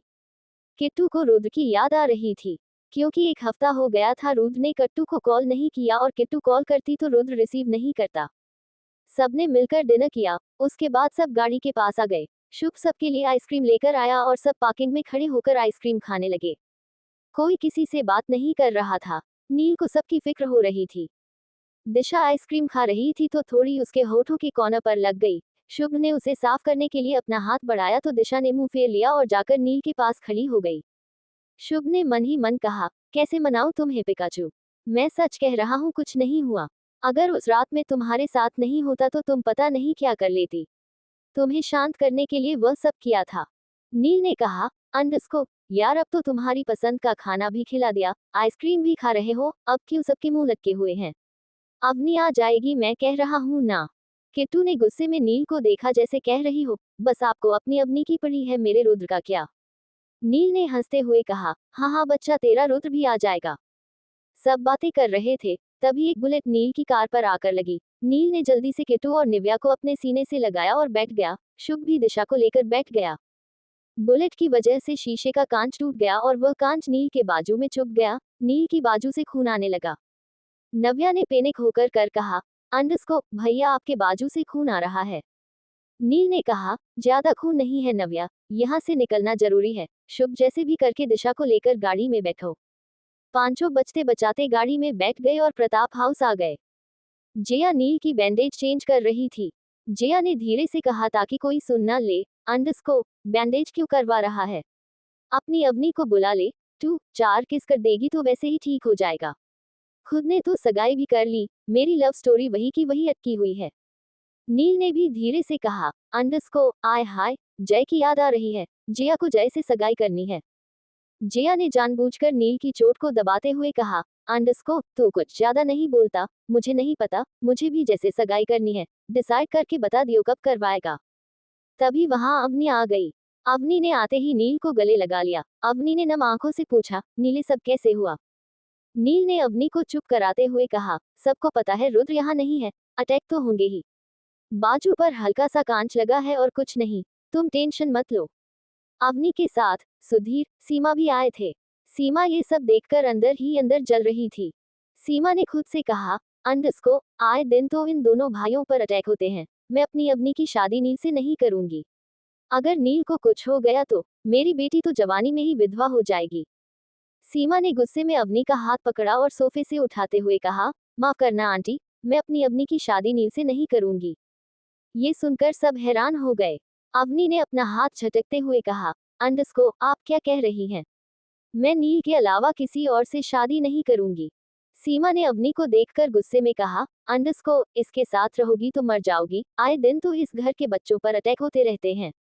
अवनी ने कहा, नील के बिना भी मर जाऊंगी। अगर मरना ही है तो नील के साथ मरूंगी, नील के बिना नहीं। सीमा ने गुस्से में कहा, तुम समझ नहीं रही हो, नील से शादी करके तुम्हारी जिंदगी खराब हो जाएगी। सुधीर को जब लगा कि बात बिगड़ रही है तो वह सीमा को लेकर जबरदस्ती प्रताप हाउस से चला गया। दादी ने दादाजी की तरफ देखकर ना में गर्दन हिलाते हुए कहा, सुधीर को भी सारी दुनिया में यही औरत मिली थी। दादी ने कहा, अब चलो सब अपने कमरे में चले जाओ, जिया तुम्हें ड्राइवर घर छोड़ देगा। सब अपने कमरे में चले गए। अवनी नील के पास सोफे पर बैठी थी। नील ने कहा, तुम घर नहीं जाओगी? अवनी ने कहा, जाना तो है, पर मन नहीं है आपके पास रहना है।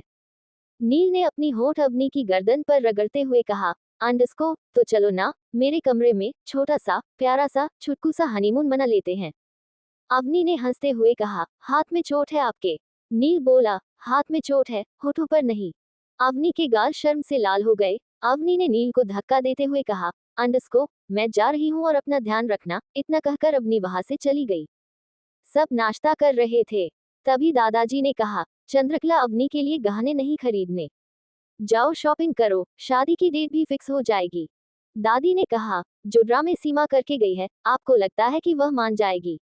नील ने पराठा खाते हुए कहा, अंडरस्को चंद्रकला शादी तो मेरी अवनी से ही होगी, सीमा आंटी माने या ना माने। दादाजी ने हंसते हुए कहा, अंडरस्को सुन लिया चंद्रकला, चलो अब जाओ शादी की तैयारियां करो, आखिर हमारे बड़े पोते की शादी है, कोई कमी नहीं रहनी चाहिए। दादी ने नव्या, किट्टू, दिशा की तरफ देखकर कहा, अंडरस्को तुम तीनों भी चलो, हम सब मिलकर अवनी के लिए शॉपिंग करेंगे। नव्या ने कहा, दादी मैं नहीं जाऊंगी, मुझे कुछ काम है, आप भाभी और दिशा को ले जाना। थोड़ी देर बाद दादी किट्टू और दिशा को लेकर मार्केट चली गई। शुभ और नील भी ऑफिस के लिए चले गए। दादाजी को भी कुछ काम था, वह भी चले गए। नव्या को इससे अच्छा मौका नहीं मिलता, इसलिए नव्या ने जल्दी से अपना बैग पैक किया और चिराग के होटल पहुंच गई। चिराग बड़ी बेसब्री से नव्या का इंतजार कर रहा था। नव्या चिराग के केबिन में गई तो बहुत नर्वस थी। नव्या ने कहा, चिराग ऐसे शादी करना जरूरी है, कुछ दिन रुक जाते हैं, भैया आ जाएंगे तो कर लेंगे शादी। चिराग ने कहा, शादी अभी कर लेते हैं, जब तुम्हारे भाई आएगा तो उन्हें अपनी शादी का सच बताकर रिसेप्शन पार्टी रख लेंगे। चिराग ने नव्या को वेडिंग ड्रेस देते हुए कहा, अंडरस्को अब इसे पहन कर तैयार हो जाओ, थोड़ी देर में पंडित जी आ जाएंगे, फिर हम शादी कर लेंगे। नव्या ने ड्रेस ले ली और हाँ में गर्दन हिला दी, लेकिन नव्या के दिल में तूफान चल रहा था। थोड़ी देर में नव्या वेडिंग लहंगा पहनकर तैयार हो गई। नव्या बहुत सुंदर लग रही थी। नव्या अपनी मर्जी से शादी कर रही थी, फिर भी वो खुश नहीं थी, उसे बार बार निहाल याद आ रहा था। नव्या तैयार होकर मिरर के सामने खड़ी थी। नव्या लाल जोड़े में कहर ढा रही थी। तभी मिरर में उसे निहाल दिखाई दिया। निहाल ने हाथ बांधकर कहा, अंडस्को ओए मेरी कबूतरी, शादी कर रही हो? मेरे दर्द की फिक्र नहीं है। हम सबको छोड़कर चिराग के पास चली जाओगी। मेरा दिल तोड़ दोगी। चिराग ने अपना प्रॉमिस तोड़ दिया। चिराग अपने डैड को लेकर प्रताप हाउस नहीं आया। तुम फिर भी चिराग के पास आ गई। निहाल पर भरोसा नहीं है। नव्या ने गुस्से में अपनी आंखें बंद कर ली। नव्या को अब भी निहाल दिखाई दे रहा था। निहाल का पुश अप करके किस करना, निहाल का आइसक्रीम खिलाना, निहाल का किस करना, निहाल का रंग लगाना, निहाल का उसे कंधे पर उठाकर पानी में फेंकना, निहाल का बाथरूम में न्यूड नहाना। नव्या ने अपनी आंखें खोली। नव्या ने मन ही मन खुद से कहा, अंडस्को मैं क्या करूं? है भगवान मुझे कोई सिग्नल दे, मुझे बता कि क्या मैं जो कर रही हूं वह सही है। प्लीज भगवान मेरा साथ दीजिए, मुझे बताए कि मेरे लिए क्या सही है। चिराग से शादी करने का डिसीजन सही है। प्लीज भगवान मेरी हेल्प कीजिए। नव्या तैयार होकर चिराग के केबिन में बैठी थी। तभी चिराग का फोन वाइब्रेट हुआ। फोन पर विराट की फोटो शो हो रही थी और नीचे भाई लिखा हुआ था। नव्या ने फोन उठाकर देखा तो एक पल में समझ गई कि विराट चिराग का भाई है। तभी कमरे में चिराग आ गया। चिराग ने नव्या को देखकर कहा, अंडस्को तुम आज बहुत खूबसूरत लग रही हो। आज के बाद तुम हमेशा के लिए मेरी बन जाओगी। चिराग नव्या को गले लगाने ही वाला था कि नव्या ने उसे थोड़ा सा धक्का देकर कहा, विराट तुम्हारा भाई है? चिराग ने कहा, हाँ मेरा भाई है, वह बहुत अच्छा है। नव्या ने उसे गुस्से में पॉइंट करते हुए कहा, अंडस्को तुम्हारा भाई मेरी भाभी के पीछे पड़ा हुआ है। तुम्हारा भाई मेरे भाइयों को मारना चाहता है। तुम्हारा भाई दुनिया भर के गुंडे लेकर हमें मारने आया था और तुम कह रहे हो कि तुम्हारा भाई अच्छा है। मैं यह शादी नहीं करूंगी, समझे? मैं एक ऐसे इंसान से शादी नहीं कर सकती जिसका भाई गुंडा हो। नव्या ने चिराग को धक्का दिया और जाने लगी, लेकिन चिराग ने नव्या को पकड़ लिया और दीवार से लगाकर कहा, अंडस्को मेरे सामने ज्यादा स्मार्ट मत बना करो। शादी तो ये होकर रहेगी, तुम चाहो या ना चाहो। नव्या ने चिराग के लोअर पार्ट पर अपना घुटना मार दिया और उसे धक्का देकर वहां से जाने लगी। लेकिन चिराग ने थोड़ी देर बाद फिर से उसे पकड़ लिया और एक चांटा मार दिया। नव्या खड़ी हुई और उसने चिराग के हाथ को पीछे की तरफ बैंड कर दिया और पंच बनाकर उसे मारने लगी। नव्या ने कहा, अंडस्को क्या समझ के रखा है? नाजुक सी हूँ, जो मन करेगा वह करोगे। इतना कहकर नव्या ने चिराग को धक्का दिया और चिराग का सिर लैंप पर जाकर लगा। नव्या जाने लगी, लेकिन चिराग ने पीछे से उसके सर पर फ्लावर पॉट मार दिया। नव्या पलटी और चिराग को देखती हुई बेहोश हो गई। चिराग फ्लावर पॉट फेंकते हुए कहा बोला, अंडस्को आराम से मान जाती तो ये सब नहीं करना पड़ता, लेकिन नहीं, अपने भाई की तरह फाइटिंग कर रही थी। 119 शुभ विवाह। नव्या ने चिराग के लोअर पार्ट पर अपना घुटना मार दिया और उसे धक्का देकर वहां से जाने लगी। लेकिन चिराग ने थोड़ी देर बाद फिर से उसे पकड़ लिया और एक चांटा मार दिया। नव्या खड़ी हुई और उसने चिराग के हाथ को पीछे की तरफ बैंड कर दिया और पंच बनाकर उसे मारने लगी। नव्या ने कहा, अंडस्को क्या समझ के रखा है? नाजुक सी हूँ, जो मन करेगा वह करोगे। इतना कहकर नव्या ने चिराग को धक्का दिया और चिराग का सिर लैंप पर जाकर लगा। नव्या जाने लगी, लेकिन चिराग ने पीछे से उसके सर पर फ्लावर पॉट मार दिया। नव्या पलटी और चिराग को देखती हुई बेहोश हो गई। चिराग फ्लावर पॉट फेंकते हुए कहा बोला, अंडस्को आराम से मान जाती तो ये सब नहीं करना पड़ता, लेकिन नहीं, अपने भाई की तरह फाइटिंग कर रही थी। अब आगे। अमेरिका में रुद्र एक मीटिंग में बिजी था, लेकिन उसका मन बेचैन हो रहा था। रुद्र मीटिंग से उठकर बाहर चला गया। रुद्र ने नील को फोन किया, लेकिन नील ने फोन रिसीव नहीं किया। रुद्र ने शुभ को फोन किया, लेकिन शुभ का फोन स्विच ऑफ था। रुद्र ने निहाल को फोन किया, निहाल ने फोन रिसीव कर लिया। निहाल बोला, कहिए मिस्टर अमेरिका क्या हुआ? रुद्र ने कहा, निहाल वहाँ सब कुछ ठीक है। निहाल बोला, अंडस्को हाँ सब कुछ ठीक है, बस कल रात नील पर अटैक हुआ था, लेकिन अब वह भी ठीक है। रुद्र ने कहा, पता करो किसने किया था। निहाल ने कहा, अंडस्को कर लिया मैंने पता, सोमनाथ के अलावा और कौन करेगा? इतनी छिछोरी हरकत वही कर सकता है। उसे पता चल गया कि तू यहाँ है नहीं, तो आ गया अपनी औकात पर। रुद्र ने पूछा, सब कहाँ है? निहाल ने कहा, नील और शुभ ऑफिस में है, बाकी दादी सबको लेकर अवनी के लिए शॉपिंग करने गई है। रुद्र ने कहा, अंडस्को निहाल सब ठीक है ना? तू सच बोल रहा है ना? निहाल ने कहा, अंडस्को हाँ सब ठीक है, और नहीं होगा तो मैं ठीक कर दूंगा। डोंट वरी, तू जिस काम के लिए गया है वह काम कर। रुद्र ने फोन कट कर दिया। निहाल ने भी फोन कट कर दिया। निहाल इस वक्त वीर और अपने बाउंसर को लेकर एक होटल के सामने खड़ा था। निहाल ने अपने बाउंसर की ओर इशारा करते हुए कहा, अंडस्को, यही होटल है ना चिराग का? चलो सब मिलकर ढूंढो नव्या कहाँ है। निहाल ने अपने फोन में नव्या की फोटो देखकर कहा, अंडस्को, कबूतरी मानती नहीं है, कितना भी समझा लो, करेगी अपने मन की ही। नव्या को जब होश आया तो चिराग उसके सामने पिस्टल लेकर खड़ा था। चिराग ने गुस्से में कहा, अंडस्को, नव्या मेरा दिमाग मत खराब करो, वरना 6 की 6 गोली तुम्हारे खोपड़ी में उतार दूंगा। अपना हुलिया ठीक करो और चुपचाप मेरे साथ आकर मंडप में बैठ जाओ। नव्या ने भी गुस्से में कहा, अंडस्को, मेरे भाइयों को पता चलेगा तो तुम्हें जान से मार देंगे, छोड़ेंगे नहीं तुम्हें। चिराग ने एटीट्यूड के साथ कहा, अंडस्को, यह इंडिया है और इंडिया में कोई भी भाई अपनी बहन को अपने हाथ से विधवा नहीं करता। तुमस मेरी शादी हो गई तो तुम्हारे भाई मेरे चरण धो धो कर पेंगे। नव्या ने कहा, अंडस्को, मर जाऊंगी लेकिन तुमसे शादी नहीं करूंगी, तुम एक नंबर के धोखेबाज हो। चिराग ने कहा, अंडस्को, बाकी की गलियां शादी के बाद दे देना, फिलहाल अपना हुलिया ठीक करो और बाहर आओ। चिराग ने नव्या पर गन पॉइंट की हुई थी, इसलिए नव्या ने अपना हुलिया ठीक किया। नव्या ने मौका देखकर चिराग के लोअर पार्ट पर फिर मार दिया। नव्या भागने को हुई लेकिन चिराग ने उसे पकड़कर दीवार से लगाकर कहा, अंडस्को, बहुत हाथ पैर चलते हैं ना तुम्हारे, अब नहीं चलेंगे। चिराग ने अपनी टाई निकाली और नव्या के दोनों हाथ पीछे की तरफ बांध दिए। चिराग ने कहा, अंडस्को, अभी आ रहा हूँ, ज्यादा स्मार्टनेस मत दिखाना वरना पैर भी बांध दूंगा। इतना कहकर चिराग वहां से चला गया। दूसरी तरफ दादी के साथ एक बड़ी सी ज्वेलरी शॉप पर बैठी थी। दादी किट्टू के साथ ज्वेलरी सेलेक्ट कर रही थी। दिशा चुपके से उठी और एक काउंटर पर जाकर सेल्स गर्ल से बात करने लगी। दिशा ने अपनी चेन उतारी और उस सेल्स गर्ल्स को दिखाते हुए बोली, अंडस्को, इस चेन की क्या कीमत होगी? सेल्स गर्ल ने कहा, अंडस्को, ये तो काफी एक्सपेंसिव चेन है, करीब 2 लाख रुपए की तो होगी। दिशा ने कहा, अंडस्को, मुझे ये चेन बेचनी है। सेल्स गर्ल ने हैरानी से कहा, अंडस्को, मैम आप रुद्र प्रताप सिंह की मेहमान हो, आपको पैसे की जरूरत है तो आप उनसे मांग सकती हैं, आपको चेन बेचने की जरूरत नहीं है। दिशा ने कहा, अंडस्को, मुझे बहुत ज्यादा अर्जेंट पैसे चाहिए, आप समझने की कोशिश कीजिए, मैं उनके घर मेहमान हूँ, मैं उनसे पैसे कैसे मांग सकती हूँ? प्लीज ये चैन खरीद लीजिए और मुझे कैश दे दीजिए। एक रिक्वेस्ट भी है, किसी से कहिएगा मत कि मैंने चैन बेची है।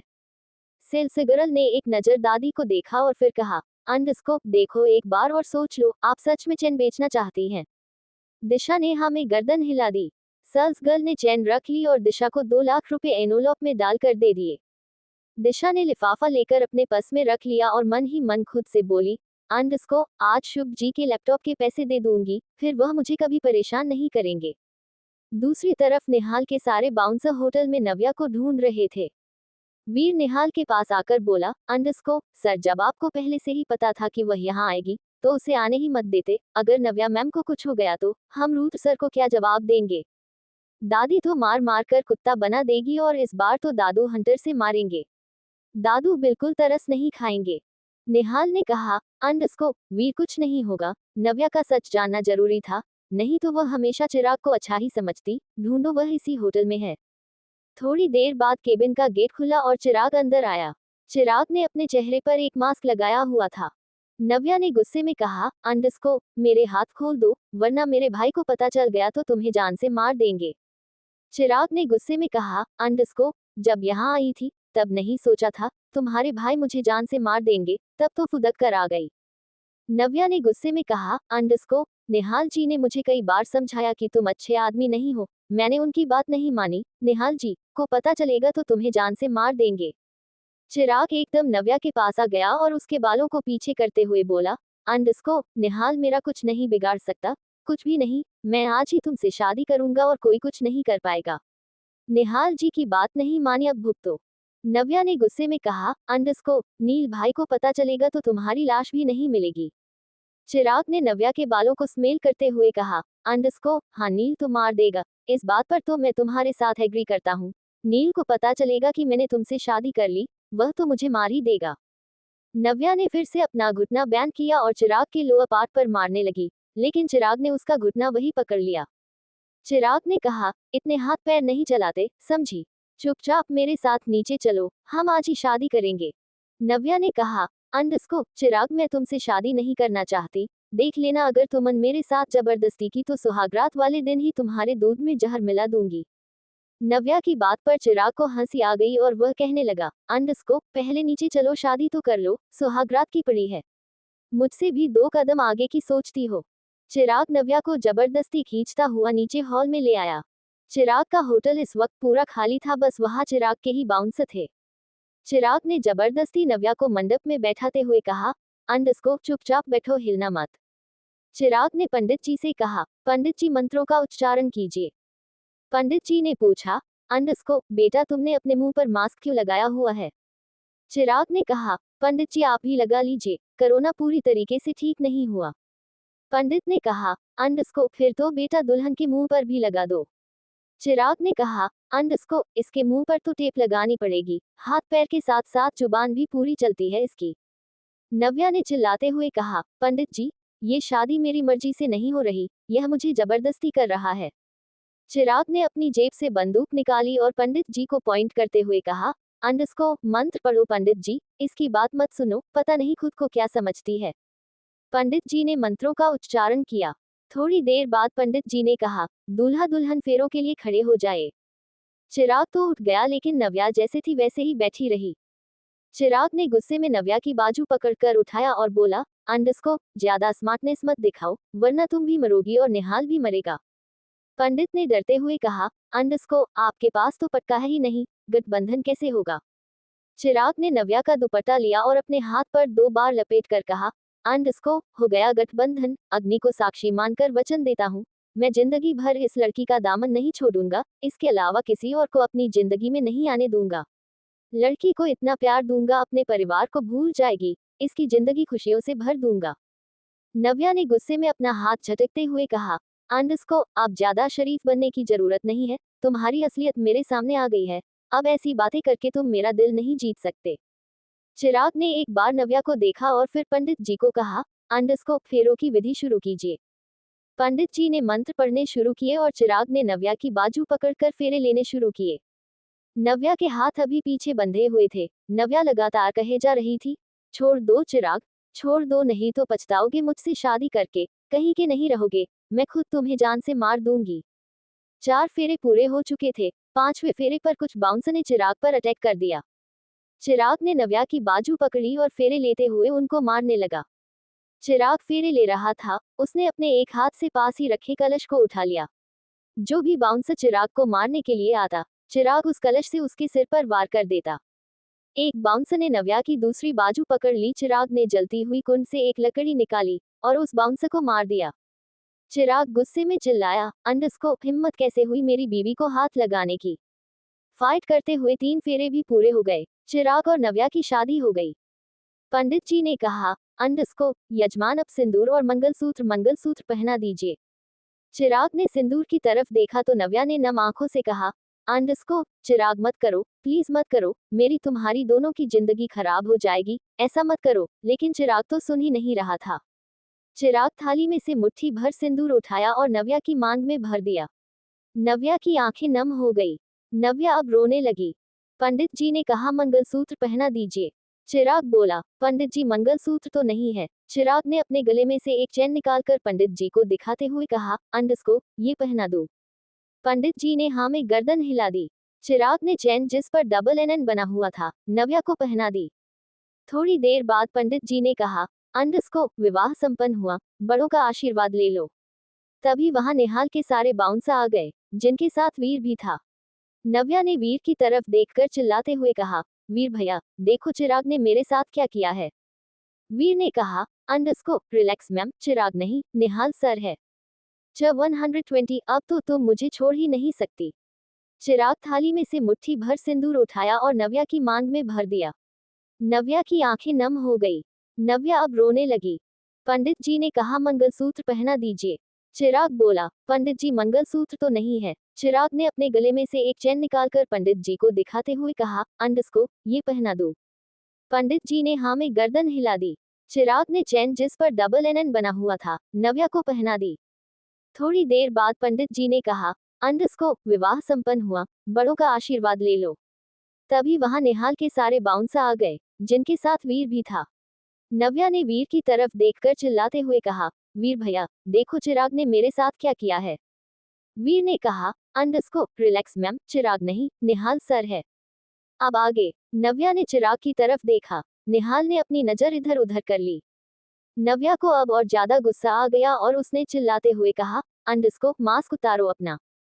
निहाल ने अपना मास्क उतार दिया। निहाल नव्या को देखकर मुस्कुरा रहा था। नव्या ने गुस्से में कहा, खोलो मेरे हाथ। निहाल ने कहा, पहले तुम प्रॉमिस करो, मुझे मारोगे नहीं। नव्या ने गुस्से में कहा, निहाल जी हाथ खोलो मेरे, वरना मैं सच में गुस्से में कुछ कर दूंगी। निहाल ने कहा, पहले प्रॉमिस करो, मुझे मारोगी नहीं। नव्या ने गुस्से में वीर को देखकर कहा, भैया आप खोल दीजिए। वीर जैसे ही नव्या के पास आने लगा, निहाल ने उसे पॉइंट करते हुए कहा, अबे जाना, तुझे भी मारेगी। निहाल ने अपने बाउंसर से कहा, सारे पलट जाओ। सब पलट गए। निहाल ने पंडित जी से कहा, पंडित जी जरा आंखों पर हाथ रखो, यह मुझे मारेगी तो मैं सबके सामने पिटता हुआ अच्छा नहीं लगूंगा ना। पंडित जी ने मुस्कुराकर अपनी आंखों पर हाथ रख लिया। निहाल ने नव्या के हाथ खोल दिए। नव्या ने अपना एक हाथ निहाल को मारने के लिए बढ़ाया। निहाल ने हाथ वही पकड़ लिया। नव्या ने फिर से अपना दूसरा हाथ निहाल को मारने के लिए बढ़ाया। निहाल ने दूसरा हाथ भी पकड़ लिया। निहाल ने बिना कुछ कहे नव्या के दोनों हाथों को पीछे ले जाकर अपने एक हाथ से पकड़ लिया। निहाल ने नव्या की आंखों पर किस करते हुए कहा, किस बात का गुस्सा है? मुझसे शादी हो गई या चिराग से शादी नहीं हुई? नव्या ने नम आंखों से धीरे से कहा, मैं आपका गला दबा दूंगी, छोड़ूंगी नहीं आपको। निहाल ने नव्या के माथे पर किस करके कहा, मत छोड़ना, वैसे भी अब तुम हमेशा के लिए मेरी हो गई, अब तो तुम मुझे छोड़ ही नहीं सकती। निहाल ने नव्या के हाथ छोड़ दिए और नव्या का सर अपने सीने पर रखकर कहा, अब चलते हैं, दादी से भी बात करनी है। नव्या ने नम आंखों से हाँ में गर्दन हिला दी। पंडित जी ने फिर कहा, जजमान बड़ों का आशीर्वाद ले लीजिए, शुभ माना जाता है। निहाल ने सारे बाउंसर को देखकर कहा, जितने भी उम्र में मुझसे बड़े हैं एक साइड आ जाओ। वीर ने कहा, सर मैं तो आपसे सिर्फ 6 महीने ही बड़ा हूँ। निहाल ने कहा, साले है तो तू बड़ा ही ना, साइड में आ। 3-4 बाउंसर एक साइड आ गए।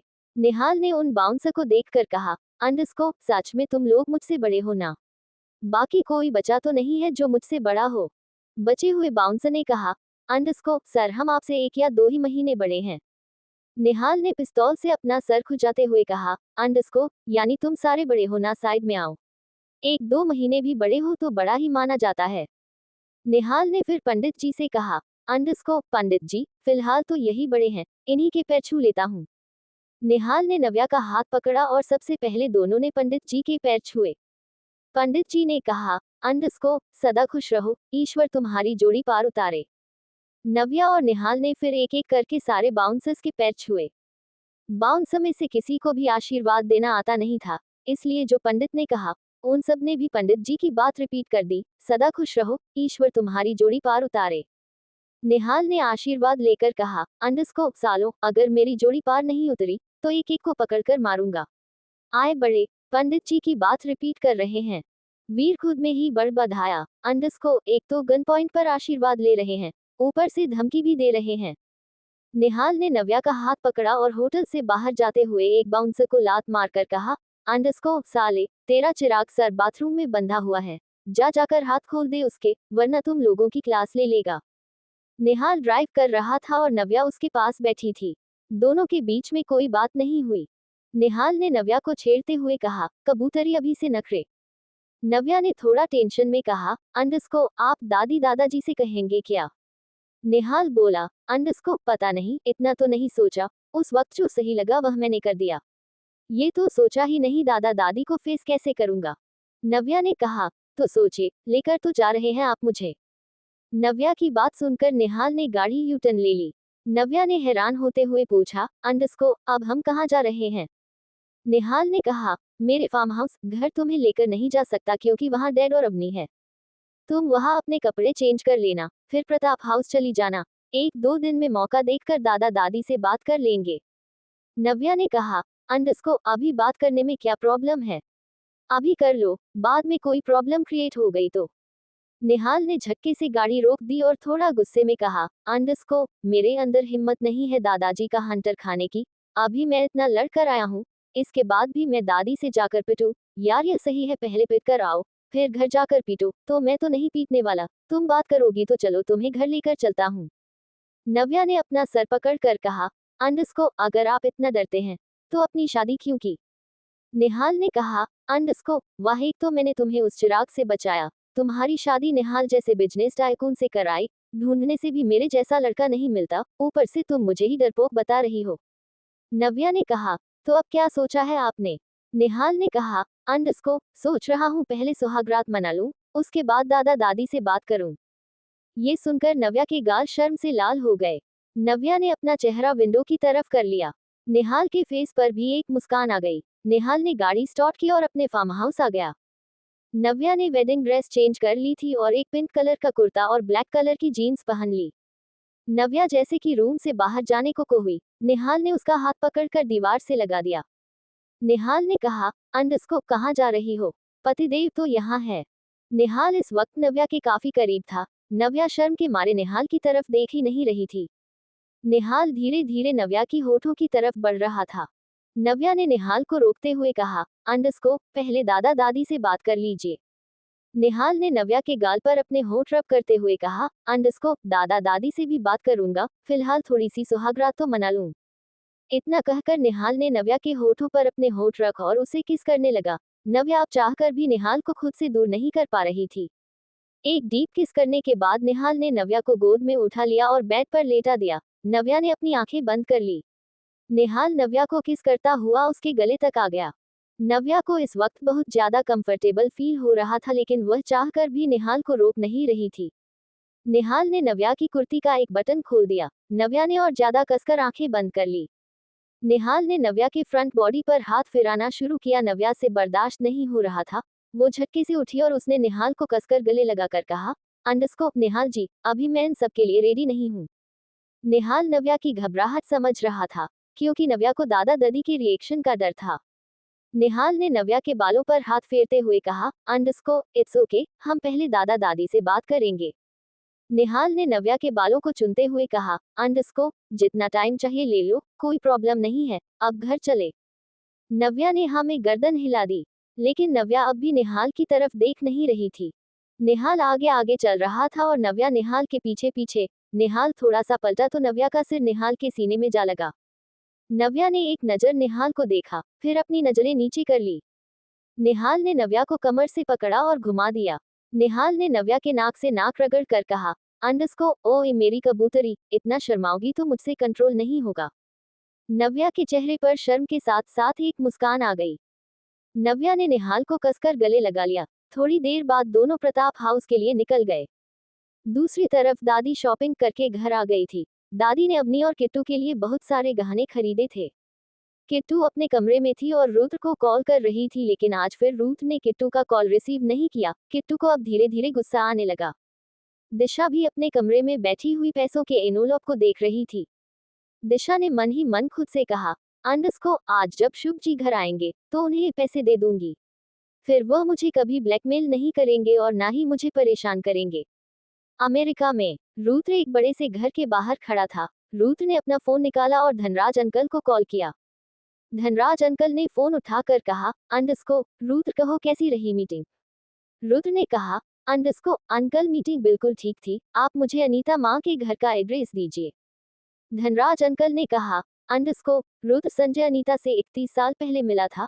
अनीता 31 साल पहले अमेरिका में रहती थी और उसकी डेथ हुए 27 साल हो गए। अब तुम्हें अनीता के घर का एड्रेस क्यों चाहिए? रुद्र बोला, अंडस्को अंकल मैं एक घर के सामने खड़ा हूँ, ये वही घर है जहाँ पापा अमेरिका में आने के बाद रुकते थे। पापा ने ये घर फिर फाइनेंशियली रीजन की वजह से बेच दिया। शायद इस घर में कोई प्रूफ मिल जाए कि पापा ने अनीता माँ से शादी की थी। धनराज ने कहा, अंडस्को रुद्र अनीता वहाँ अमेरिका में पढ़ने गई थी, वह एक हॉस्टल में रहती थी। रुको मैं तुम्हें उसके एक फ्रेंड का नंबर और एड्रेस देता हूँ, शायद वहाँ से कुछ पता चल जाए। धनराज ने रुद्र को अनीता की एक फ्रेंड का एड्रेस सेंड कर दिया। रुद्र बिना टाइम गवाए धनराज के बताए हुए एड्रेस पर चला गया। रुद्र ने वहां एक 52 साल की औरत से मिला जो अनीता की दोस्त थी। उसका नाम रीना माहेश्वरी था। रुद्र और रीना माहेश्वरी एक रेस्टोरेंट में बैठे थे। रीना माहेश्वरी ने कहा, अंडस्को तो बताओ बेटा, मुझसे क्या काम है? इंडिया से इतनी दूर मुझसे मिलने आए हो? रुद्र ने कहा, अंडस्को काम तो और भी बहुत है, पर आपसे मिलना भी एक जरूरी काम था। रीना महेश्वरी ने कहा, तो बताओ क्या काम है। रुद्र ने कहा, आप जानती हैं मैं कौन हूँ। रीना महेश्वरी ने कहा, नहीं बेटा मैं तो नहीं जानती। रुद्र ने कहा, मैं संजय प्रताप सिंह का बेटा रुद्र प्रताप सिंह हूँ। ये सुनते ही रीना महेश्वरी की आंखें हैरानी से फैल गई। डन चैप्टर बड़ा चाहिए, कमेंट करते नहीं हो, डॉट कर दिया करो, बाकी स्टोरी भी रीड कर लो।